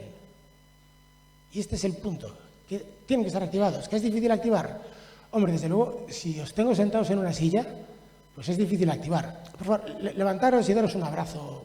Venga, daros un abrazo, chicos. Lo digo de verdad. Vamos, arriba, un abrazo. A vosotros mismos, así, mira, así. Daros un fuerte abrazo, un fuerte abrazo. Bien, ya está, podéis sentaros.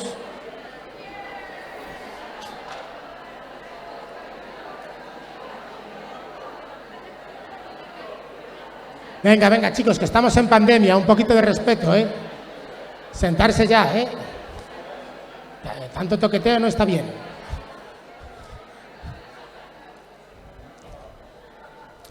Vale, más preguntas, chicos.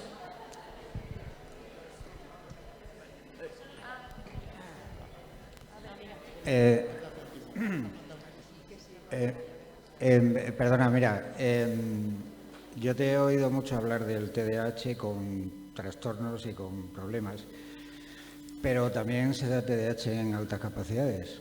Yo llevo ya bastante tiempo en eso y es un reto bastante interesante. ¿Cómo enfocar la metodología de trabajo con los alumnos que tienen comorbilidad en alta capacidad de TDAH? ¿Cómo lo ves? Primero, siendo estrictos, a eso no le llamamos comorbilidad. No podemos porque el DSM no nos lo acepta como trastorno mental. Yo tengo dudas, la verdad. Porque genera un sufrimiento, y si genera un sufrimiento ya a mí ya me llega. Pero por otro lado, sí que es verdad que, así como todos los trastornos vienen en paquetes comórbidos, es decir, cuando tengo un trastorno es más probable que tenga otro, esto no ocurre con altas capacidades. Y esto es extraño. O sea, hay datos por los cuales entiendo que no se meta, porque no le llamamos comorbilidad. Algunas personas le llaman doble excepcionalidad. Término que a mí me repatea, pero más que nada en el mundo. Porque ¿cómo que doble excepcionalidad? Y si soy pelirrojo, triple excepcionalidad. Oye, es más raro ser pelirrojo que TDAH. Es decir, bueno, me parece un poco algo ahí que me suena mal. En cuanto a alta capacidad y TDAH, lo primero, tenemos que separar cuando tenemos alta capacidad la hiperactividad cognitiva, porque la hiperactividad cognitiva es propia de la alta capacidad sin necesidad de TDAH. Obviamente, que se aburran en clase no nos sirve para nada, porque no es el punto. Que se aburran en clase no nos puede servir como factor. Cuando tenemos una alta capacidad, la alta capacidad es algo que solo suele darme problemas, pero si viene acompañado de otras patologías, suele ser un buen pronóstico, suele irme mejor. Es decir, es como que compenso motores. Lo más importante desde mi punto de vista para trabajar con estos chicos es el déficit, la conciencia del déficit, y que generen escudos contra la expectativa de los demás. Mira, una de las razones, bueno, la razón por la que yo estudié psicología fue por venganza, ¿vale? Venganza a los psicólogos en general. Y uno de los psicólogos que más rencor le guardo, pues fue uno que a los 15 años fue la persona que más dañó mi autoestima de todos los psicólogos que hay. Y se lo han currado. Pues este señor, llegué yo allí, mi vida estaba hecha una mierda, y el tío me dijo, vale, Javi, ya sé lo que pasa. Eres superdotado, me dijo. Rompes la barrera, eres listísimo, me dijo. Y eso me hundió hasta lo más bajo. Porque, a ver, yo ya intuía que debía ser listo, pero que me lo confirmaran así fue terrible. Si efectivamente soy inteligente, joder, qué mal hecho estoy. Porque todo me va mal. Entonces, ¿para qué mierda me vale? O sea, ¿de qué va esto de ser inteligente? Este señor también tenía que haberme dicho la otra parte de la moneda. Tienes un retraso mental ejecutivo. Y esto me lo tenía que decir exactamente así. Sí, no, cognitivamente, muy listo, pero ejecutivamente, chaval, eres tonto de cojones. Y lo hubiera preferido, porque al menos tengo una respuesta, una explicación a por qué mi vida va como va. Entonces, si hay las dos, creo que es muy importante, lo primero, poner el déficit encima de la mesa y ponerlo como lo que es. La segunda, en general, en altas capacidades, frenar el tsunami de niños Einstein, en el cual se pone constantemente una expectativa al niño que lo único que hace es dañarle. En la Asociación, por ejemplo, de Santiago de Altas Capacidades, todos los niños dicen lo mismo. No quiero ser como Einstein. Quiero que me dejéis en paz. Esto es lo que quieren. Y luego hay otro punto que va muy bien en lo común, que es el punto de interés. En TDAH en general tenemos que buscar el centro de interés del chaval y esta es la única forma. Y si esto mismo va en alta capacidad, pues sencillamente va a ser un potencial mucho más elevado, muchísimo más. Creo que en cualquier caso de TDAH el trabajo con los padres es el núcleo, mucho más que con el chaval, muchísimo más. Si hay trastorno de aprendizaje, el trastorno de aprendizaje no, pero en concreto todo lo que es el TDAH, incluso la alta capacidad 50-50, se tiene que trabajar más con los padres que con el chaval, porque el problema no es lo que el chaval es, sino lo que se espera de él. Y este es el problema. y también la equivocación de qué quiere decir alta capacidad. Porque Messi tiene alta capacidad y a lo mejor es un necio para las mates, pero bueno, eso que hace con el balón, eso también es alta capacidad. Y diferenciarlo muy bien de la superdotación. La superdotación es rara de ver, rara. Y además son personas tremendamente infelices, porque en la superdotación tienen una alta inteligencia ejecutiva, muy ejecutivos. Un TDAH no puede tener superdotación por nombre, porque es lo contrario, ejecutivamente hablando. Pero cuando estas personas lo tienen todo, son lo que lo llamo el paradigma del helio. El helio, el gas noble, que no se puede enlazar a nada porque él ya es autosuficiente. Y esto le pasa a estas personas que son autosuficientes y no se pueden enlazar a nada porque no tienen ningún tipo de necesidad para con los demás. Y entonces se aíslan y como siguen siendo monos, pues sufren mucho porque son monos que necesitan relacionarse.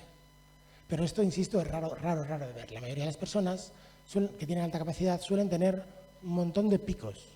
Cuantos más picos, más patologías. En general, cuando vemos un WISE, si el WISE es plano, da igual que sea 80, da igual. Un WISE plano, buena señal. Un WISE con piquitos, agujeritos, es un Gruyère. Y entonces, pues, lo que tenemos que hacer es conseguir que los picos altos compensen los picos bajos. ¿Cómo? Pues aquí hay dos teorías. Algunos dicen que esforzándose mucho por que los picos bajos suban.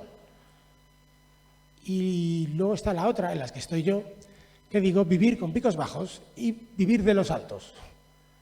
Es decir, no intentes aprender aquello que se te da fatal. Olvídalo, pasa, que lo haga otro, delega. Tú céntrate solo en lo que se te da bien y punto. Y bueno, reconozco que también mi argumento tiene fallos, tiene muchos agujeros también. Vale, más preguntas.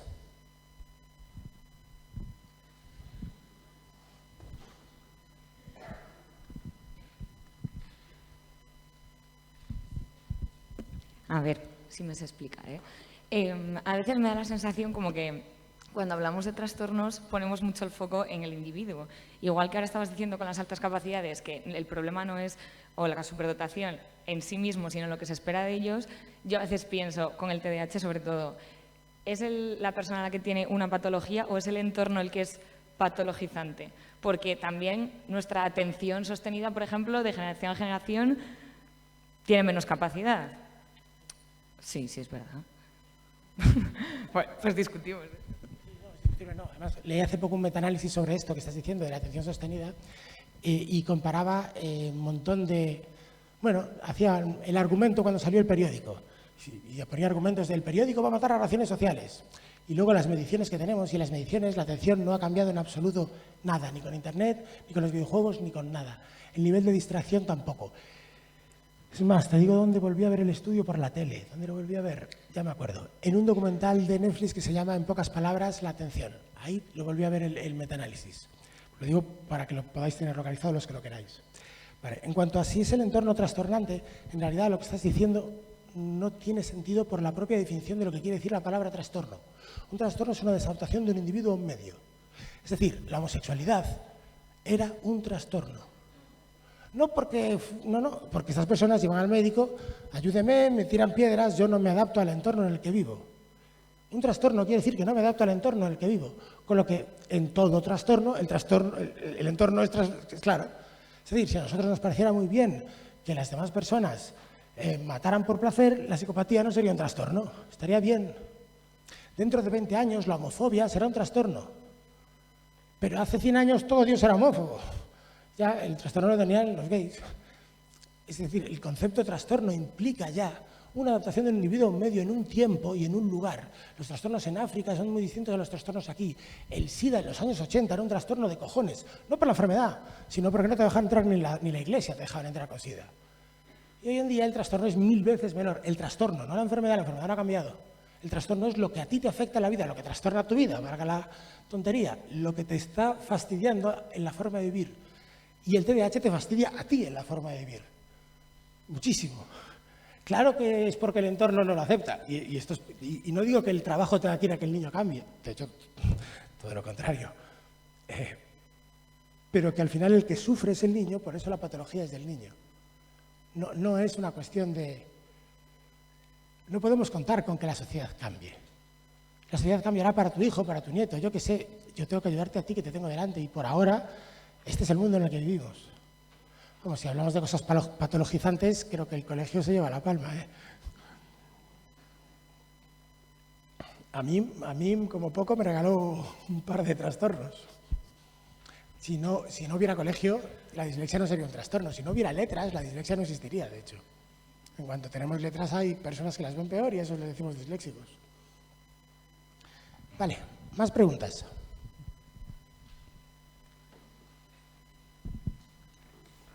Te quería preguntar si las conductas desafiantes y negativistas de algún alumno pueden ser una manera de una estrategia de activación y eso puede derivar en el diagnosticado trastorno negativista desafiante. No. El TND es un trastorno mucho más complejo, que tiene un origen en una ruptura del vínculo con, habitualmente, mi mamá, mis figuras de referencia, y que se traslada a todas las figuras de referencia, que al final, pues, el colegio es mi segunda casa y la casa es mi primera escuela, implica que los profes son versiones secundarias de mis papás, sustitutos, referentes. Y esto va increciendo además, el TND va increciendo en cuanto a la referencia. Empieza mamá y papá, mamá y los tíos, los abuelos, los profes, el entrenador, la policía, los políticos, es decir, todo el concepto de autoridad. No es una estrategia de activación. La razón de por qué es tan habitual que las personas que tengan TND tengan antes un TDAH es porque lo que despierta el TND primero lo tienes que tener dentro. El TND es un temperamento colérico agresivo que tú tienes. Es una forma de nacer que no tiene TND, sencillamente es un tío más duro, una tía que te pone los límites más claramente. Hay personas que ponen los límites como muy bien. Caray, ¿qué límites más así que pones? Bueno, es esto. Pero si esto mismo lo pones en una situación de incongruencia y control, es donde se genera TND. El TND no se genera por permisividad. Esto es mentira. Es una enorme mentira. La permisividad genera otras patologías, yo no estoy defendiéndola, pero no el trastorno de negativismo desafiante. El trastorno de negativismo desafiante se genera siempre en situaciones de control. Es decir, autoritarios o sobreprotectores, control. No, niño, tú vas a hacer lo que yo te diga y obedéceme. Y aquí, en situaciones de control, si además hay otra serie de ingredientes, es donde se genera el TND. ¿Qué ocurre en TDAH? ¿Qué es lo que te dicen en todos los sitios cuando tienes un chaval con TDAH? Este niño necesita un control externo. Necesito que le estés encima. Necesita que le tengas ahí, bien en la línea para que no se salga. Y si ese estar ahí no lo haces como muy bien hilado, si tienes incongruencias o sobre todo si intentas imponer por poder, pues si el chaval tiene la materia prima del TND, te hace pop. Si no te genera otras patologías. Pero bueno, esta es la razón de que más de un 80% de las personas con trastorno negativista desafiante tengan TDAH. Pero ojo, no al revés. La mayoría de las personas con TDAH no generan un TND. El TDAH tiene una prevalencia muchísimo más alta que el TND. En los coles, lo del TND me encanta porque llegas a hablar con un chaval, o sea, con 8 profes, ¿no? Y 6 te dicen, me desafía, me rompe la clase, no puedo con él. Y otros 2 te dicen, pues este no es el chico que este chico pues, a mí no tiene ningún problema conmigo. Pero ninguno, ¿eh? Porque os creo, porque no voy a no creer, pero no entiendo lo que pasa. ¿Qué es lo que pasa? Muy simple. Día 1 de clase. Chaval con TND. Voy a poner a prueba al profesor. Os voy a contar una anécdota de una compañera que se llama Berta, que es orientadora, que me enseñó muchísimo. Una de las mejores orientadoras que conozco. Un día le tocó ir a clase a un chaval muy complicado, que había sido adoptado, devuelto, y tenía un petate muy gordo, aparte de un trastorno de conducta y un trastorno negativista muy chulo. Y la tía lo sabía dónde iba preparada. Llegó a clase y el chaval empezó, profe, estás buena, ¿eh? ¿Tienes un Kleenex? Quiero hacerme una paja pensando en ti, profe. Estás buena, ¿eh, profe? Toda la clase, tuntún. Y Berta, extinción. Y extinción no te ignoro, ¿no? Miraba sonriente como si aquello no estuviera ocurriendo.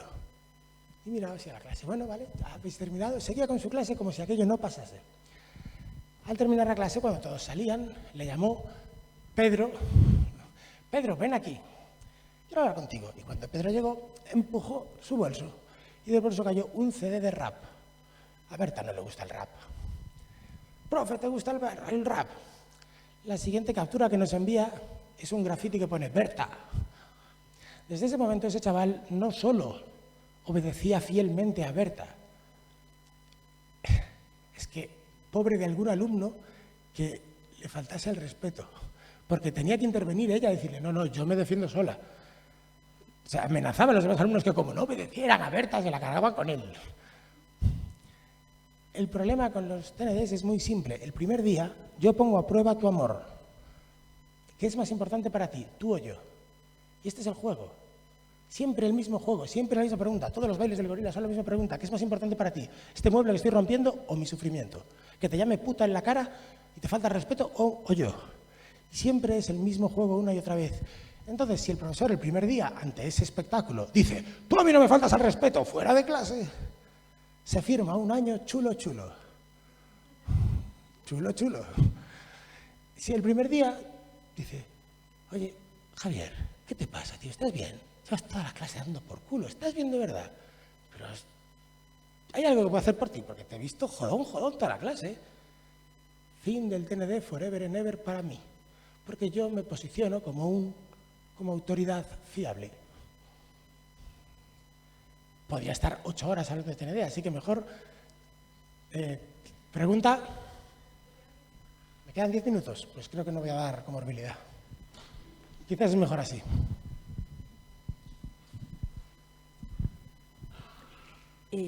Era sobre la última parte que has explicado, en la relación que parece inevitable del TDAH con la ansiedad, que en la relación que parece inevitable por lo que has explicado del TDAH con la ansiedad,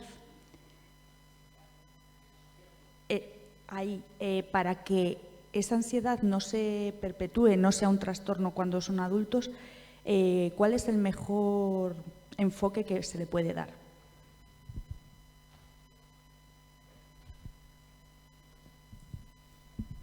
A ver, no es que sea evitable. Tenemos que tener en cuenta que somos individuos epigenéticos, ya no solo genéticos, sino que epigenéticos. Y dentro de nuestro mapa tenemos unas cartas boca abajo. Y cuando la vida nos putea, sacamos carta. ¿Te ha tocado ansiedad? Pues tienes ansiedad. ¿Te ha tocado complacencia? ¿Te ha tocado desafiante? ¿Te ha tocado...? Entonces, esto de la ansiedad solo lo puedes hacer si tú tienes esa carta. A mí me encantaría tener más ansiedad de la que tengo. Si mi problema es que no la tengo, y entonces fallo, porque no la tengo porque... es que a ti te la suda, Javi. ¿Yo qué quieres que le haga? A mí no siento yo eso que sentís. Es decir, la ansiedad no es inevitable. Ahora, si a ti te sale la carta de ansiedad, entonces ya es evitable. Si es evitable, tenemos que trabajar desde 2 áreas. Con el chico, desde la psicología cognitiva y los pensamientos intrusivos. Es decir, la autocorrección. Ser idiota, el autolátigo. Todos los castigos que tú te das son llamadas de ansiedad. Desde la parte funcional se trabaja, con más adultos también, la aceptación pura. Mira, cuando mi mujer pierde las llaves, hace lo siguiente. Y se pone a buscar las llaves. Y no para hasta que las encuentra. Cuando yo pierdo las llaves, no las busco. Voy al cajón donde tengo más copias y cojo otras. Y no me permito nada. ¿Por qué? Porque me pasaría una vida de infierno si tengo que... O sea, mi vida no es tolerable así. Es que ya pierde las llaves un día y ese día pues, se pone como se pone.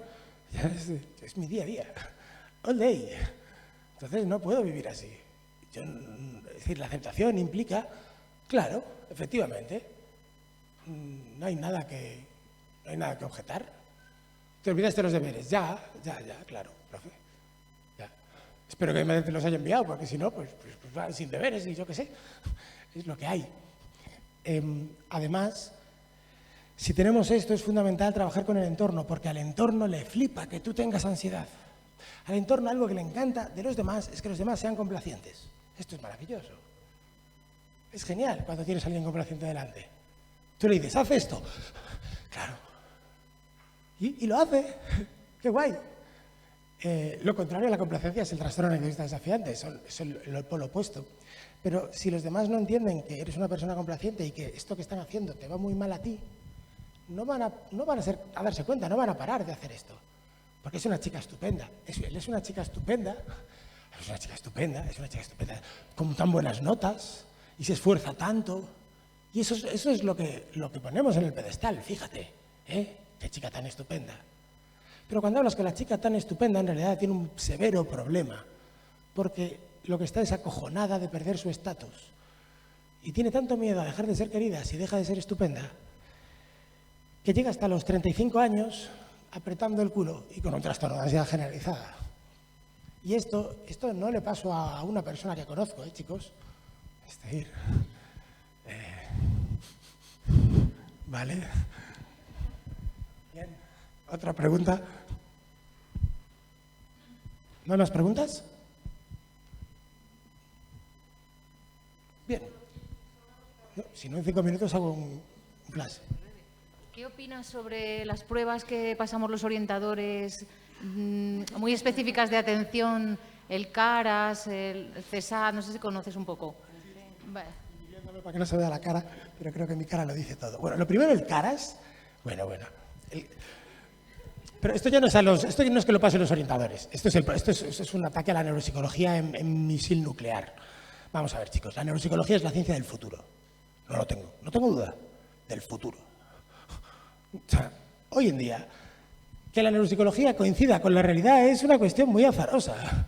Cuando coincide bien, pero cuando no, bueno, es que en este caso... Es decir, no tenemos pruebas que seamos capaces que midan lo que miden, ¿no?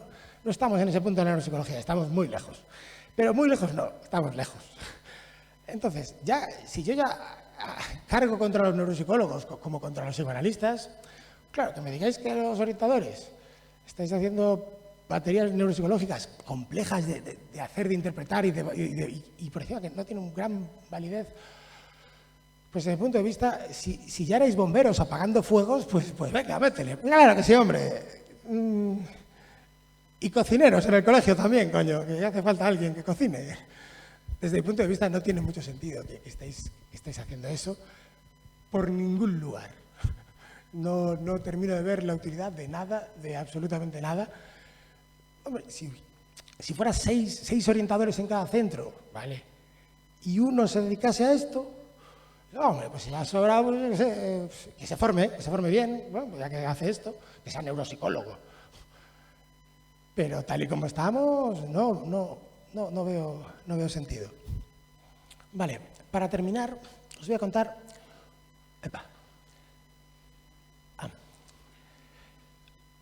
Dos cositas. Uno, futuro. Los retos en el futuro ahora mismo van a ser gestionar todos los TDAH oculto, que es de lo que hablábamos antes con la ansiedad, y los TDAH secundarios. Es decir, los TDAH que no son epigenéticos o no son genéticos puramente hablando. Por ejemplo, lo que ocurre con un daño cerebral adquirido, lo que ocurre en adopción, lo que ocurre con trastornos de apego y lo que ocurre, sobre todo, especialmente en el futuro, con la maternidad tardía. Y aquí tenemos ahora mismo una nueva batería de estudios que nos dejan fríos. Nos dejaron tan fríos los estudios que rápidamente todo el mundo fue a replicarlos. Hostia, ya tenemos hasta metaanálisis. Parece que el dato es el que os voy a dar. Resulta que a partir de los 40 años, el trastorno del neurodesarrollo en tu hijo está en el 100% de los casos. 100%. Y no os hablo de un estudio que se hizo en Barcelona, ¿eh? En Barcelona hicieron una réplica más porque tampoco se lo creían. Dijeron, hombre, no, ¿cómo el 100%? A partir de los 40 años, si eres mamá, asume el 100%. ¿Y qué pasa? Pues pasa que en Navidades, yo tengo 39 años, en Navidades nos juntamos 50 personas. Tengo hijos yo y otro más. No sé si alguien va a pagar mis pensiones o si va a haber muchos psicólogos en el futuro, pero tenemos que saber hacia dónde vamos y por dónde vamos. Y no solo es eso, además. Muchas cosas de nuestro estilo de vida, los tóxicos que tomamos y demás, también van aumentando trastornos de neurodesarrollo. Cosas que nos damos cuenta tarde de que no eran buenas, como pues, lo de los aerosoles, etcétera, etcétera, van aumentando prevalencias. Y vamos a tener un futuro con mucho trastorno del neurodesarrollo. Y por último, me salto esta parte y os quiero contar la gravitación patológica. La gravitación patológica es una teoría que nos dice lo siguiente: la patología se atrae. Y se basa en unos datos que nos dicen lo siguiente, y estos datos son súper guays. Resulta que si tienes una patología es más probable que adquieras otra, sea cual sea. Es decir, si eres cojo es más probable que te deprimas que si no eres cojo. Pero si estás deprimido es más probable que termines siendo cojo. Ya, yo también dije lo mismo. ¿Qué mierda me estás? ¿Cómo? ¿Por estar deprimido voy a quedar cojo? Sí, toda la patología se atrae. Y cuanta más patología tienes, más patología atraes. Y luego llega un momento en el que nos encontramos con verdaderos agujeros negros de, wow, pues recuerdo una persona que los trastornos daban la vuelta al papel, daban la vuelta a un folio, Claro, y te iban contando, y claro, y como estaba tan mal, pues fui al hospital, me dieron morfina, me engancharon la morfina, y todo era como, Dios mío, y por supuesto le va a caer una fibromialgia en 2 días, porque no hay otra manera. Es decir, al final el cuerpo se va autodestruyendo a base de sacar más cartas de esa baraja a ver si algo resuelve el problema, y cada carta es una patología nueva que está hecha para resolver problemas. Las patologías son sistemas naturales de resolución de problemas. Con ansiedad, a ver si con ansiedad, o a ver si con agresividad. ¿Qué pasa? Que en el mundo que vivimos eso ya no es una solución de problemas, sino es una patología nueva al carro. Y más y más. Y os voy a contar una historia muy habitual. Bien, imaginaros que vais a hacer una fiesta en vuestra casa. Se van vuestros padres y queréis hacer un fiestorro. Y entonces invitáis a 4 amigos. Y hay 2 opciones. Que estos 4 amigos sean unos tíos osainas, de estos que a la una dicen, ay, se está haciendo tarde, y que plantean jugar al trivial. Bien, si este es vuestro caso, tenéis un neurodesarrollo simple. Felicidades. Pero luego hay otro caso en el cual los chavales entran con litronas por la puerta, gritando, y entonces tienes un neurodesarrollo complejo. Es decir, bueno, en principio la fiesta parece más movidita. ¿Qué ocurre? Que rápidamente te dicen, oye, puedo invitar a una amiga, que está buena, puedo invitar rápidamente personas que no estaban invitadas a tu fiesta previamente, porque no venían en tu genética, aparecen por aquí. Y se suman a la fiesta a pesar de que no estuvieran invitados. Pero bueno, qué caray. Con el paso de la infancia, resulta que la casa empieza a estar llena de gente. Sobre todo en la preadolescencia ya nos encontramos con un montón de cosas que nos van diciendo, esta fiesta se está poniendo bonita. Al llegar a la adolescencia, la cosa se ha ido de madre. Hay gente follando en el cuarto de tus padres, tú estás borracho y ya no puedes echar a nadie. Y en mitad de la fiesta hay un tío, el tío popular del instituto, el guay. Ese tío que tú llamaste, porque era el tío que más mandaba en el instituto a ver si solucionaba el problema, resulta que es el pieza más grande y es el que te la monta parda. Es el consumo de drogas. Una vez que este chico entra en tu casa, la casa pierde el control. Allí no hay ley, no hay nada. Y cuando llegamos a la edad adulta, lo que nos encontramos es que la cosa se ha desmadrado muy mucho. Y que todo depende de azar, suerte, pasta de tu familia. Y eso que llamamos resiliencia, esa capacidad de resistir. Y si no, pues tu casa se derrumba. Y el ejemplo concreto que me gustaría poner es el de un chico que tiene simplemente un TDAH y una dislexia. 2 trastornos muy tontos. Porque, oye, el TEA es complicado. Hay trastornos complicados, pero ¿el TDAH y la dislexia? Vamos, en el caso más radical, que no lea y punto. Que aprenda a leer lo básico y que luego vaya por otros medios. Porque tiene una dislexia gorda. Y si es una dislexia pequeña, sabemos cómo trabajarla de forma eficaz si la cogemos tempranamente para que, bueno, no sea para tanto. Lo que ocurre es que si el formato de venta de cómo trabajar esa dislexia es tienes que leer, porque hay que leer, pues rápidamente el chaval no va a querer leer y a partir de ahí no hay nada que hacer.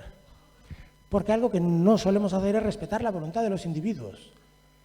Esta frase que tanto me gusta de no es no y todo lo demás es violación, pues vale para todo. Y si no quiero hacer deberes, o me convences o no hago deberes. Para mí es así de simple.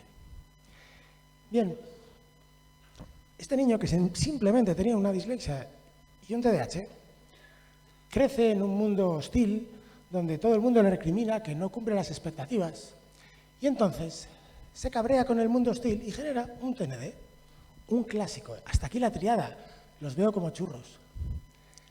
Y ya no meto el que tenga altas capacidades, porque entonces el TND con altas capacidades es muchísimo más cabrón, claro. Cuando crece más, en la adolescencia está hecho un carajo y empieza a fumar porros. Claro. Y el mundo interpreta que este es el problema. El problema es que fuma porros. Y entonces lo llama al psicólogo para quitarse de los porros. Porque el problema es que no puede fumar porros. Te mete un proyecto hombre, le amenazan y todo. Porque claro, es que no va a fumar porros. Ya. Es que el problema no es que fume porros, el problema es cómo ha llegado aquí. Y el chico, por supuesto, no deja los porros. Y es más, deja a todo psicólogo que le hable de dejar los porros. Y luego llega a la edad adulta y genera un trastorno antisocial de la personalidad. Una sociopatía. ¿Qué es lo que le ocurre al TND cuando nadie lo frena? Cuando dejo de odiar a la autoridad y paso a odiar a la sociedad, a la humanidad. Y cuando llegamos a ese punto, es una tuerca que se gira del todo y ya no hay marcha atrás, la tuerca ha cedido. En el trastorno antisocial de la personalidad nos quedamos ahí. Y si vamos por esta vía, además, ni siquiera es la vía buena. La vía buena para el trastorno antisocial es la psicopatía. A pesar de lo que uno piense cuando escucha la palabra psicópata, en realidad los psicópatas se adaptan muy bien a la sociedad. Todos los presidentes que hemos tenido, con excepción de Zapatero y Rajoy, todos. Es más, no me fío mucho de los presidentes que no son psicópatas. Porque hace falta ser un psicópata para decir tranquilamente, chicos, hay COVID, va a morir el 5% de la población y vamos a sacrificar al otro 5% para salvar al otro 80%. Estar tranquilos, todo va a ir bien. Y esto lo hace un psicópata, porque cualquier otro llegará allí, que se va a montar, y eso va mal. La mayoría de las personas con psicopatía son altos empresarios, policías, cosas buenas. Es verdad, para que nos entendáis, ¿qué es un psicópata? ¿Vale? James Bond es un psicópata, pero de libro. Tío frío, calculador, entra en la sala, mira, toma su gin tonic, se acuesta con la chica que le gusta y luego la deja tirada y se va, mata al tío y duerme feliz el tío. Después de carbón, y duerme muy bien. Pero, como es espía, es el bueno. El sociópata no, el sociópata es el venado. El sociópata es el tío que se le cruza el cable y sale del coche con un bate de béisbol y empieza a destrozar tu coche. El sociópata es carne de cárcel. Bueno, creo que el tiempo se me ha ido, lo sé. Espero que os haya gustado y hasta la próxima.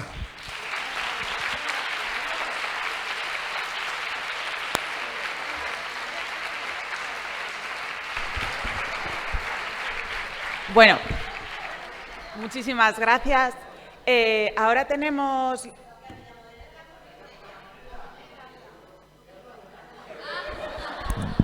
Era una estrategia de mantenimiento de la atención, nada más. Podéis sacarla, chicos. Vale, muchas gracias.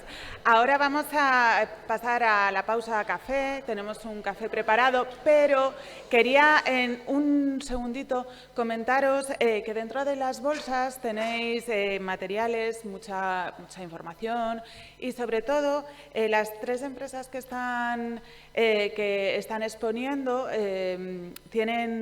os han incorporado unos folletos para sorteos de pruebas, ¿vale? El sorteo del Prolexia se va a realizar a las 6:30 de la tarde y el sorteo del VAS 3 de Pearson se va a sortear antes de comer, ¿vale? Para que sea diferente. Incorporarlos a la urna. Además, tenéis también Junti, os ha metido un QR y tenéis en su stand para completar y para recibir o entrar en el sorteo de un programa sobre acoso escolar, ¿vale? Además están las diferentes editoriales de los libros que se presentan y otras novedades que son súper interesantes que podéis adquirir. Sí. Y desde luego tenéis el café en la entrada, ¿eh?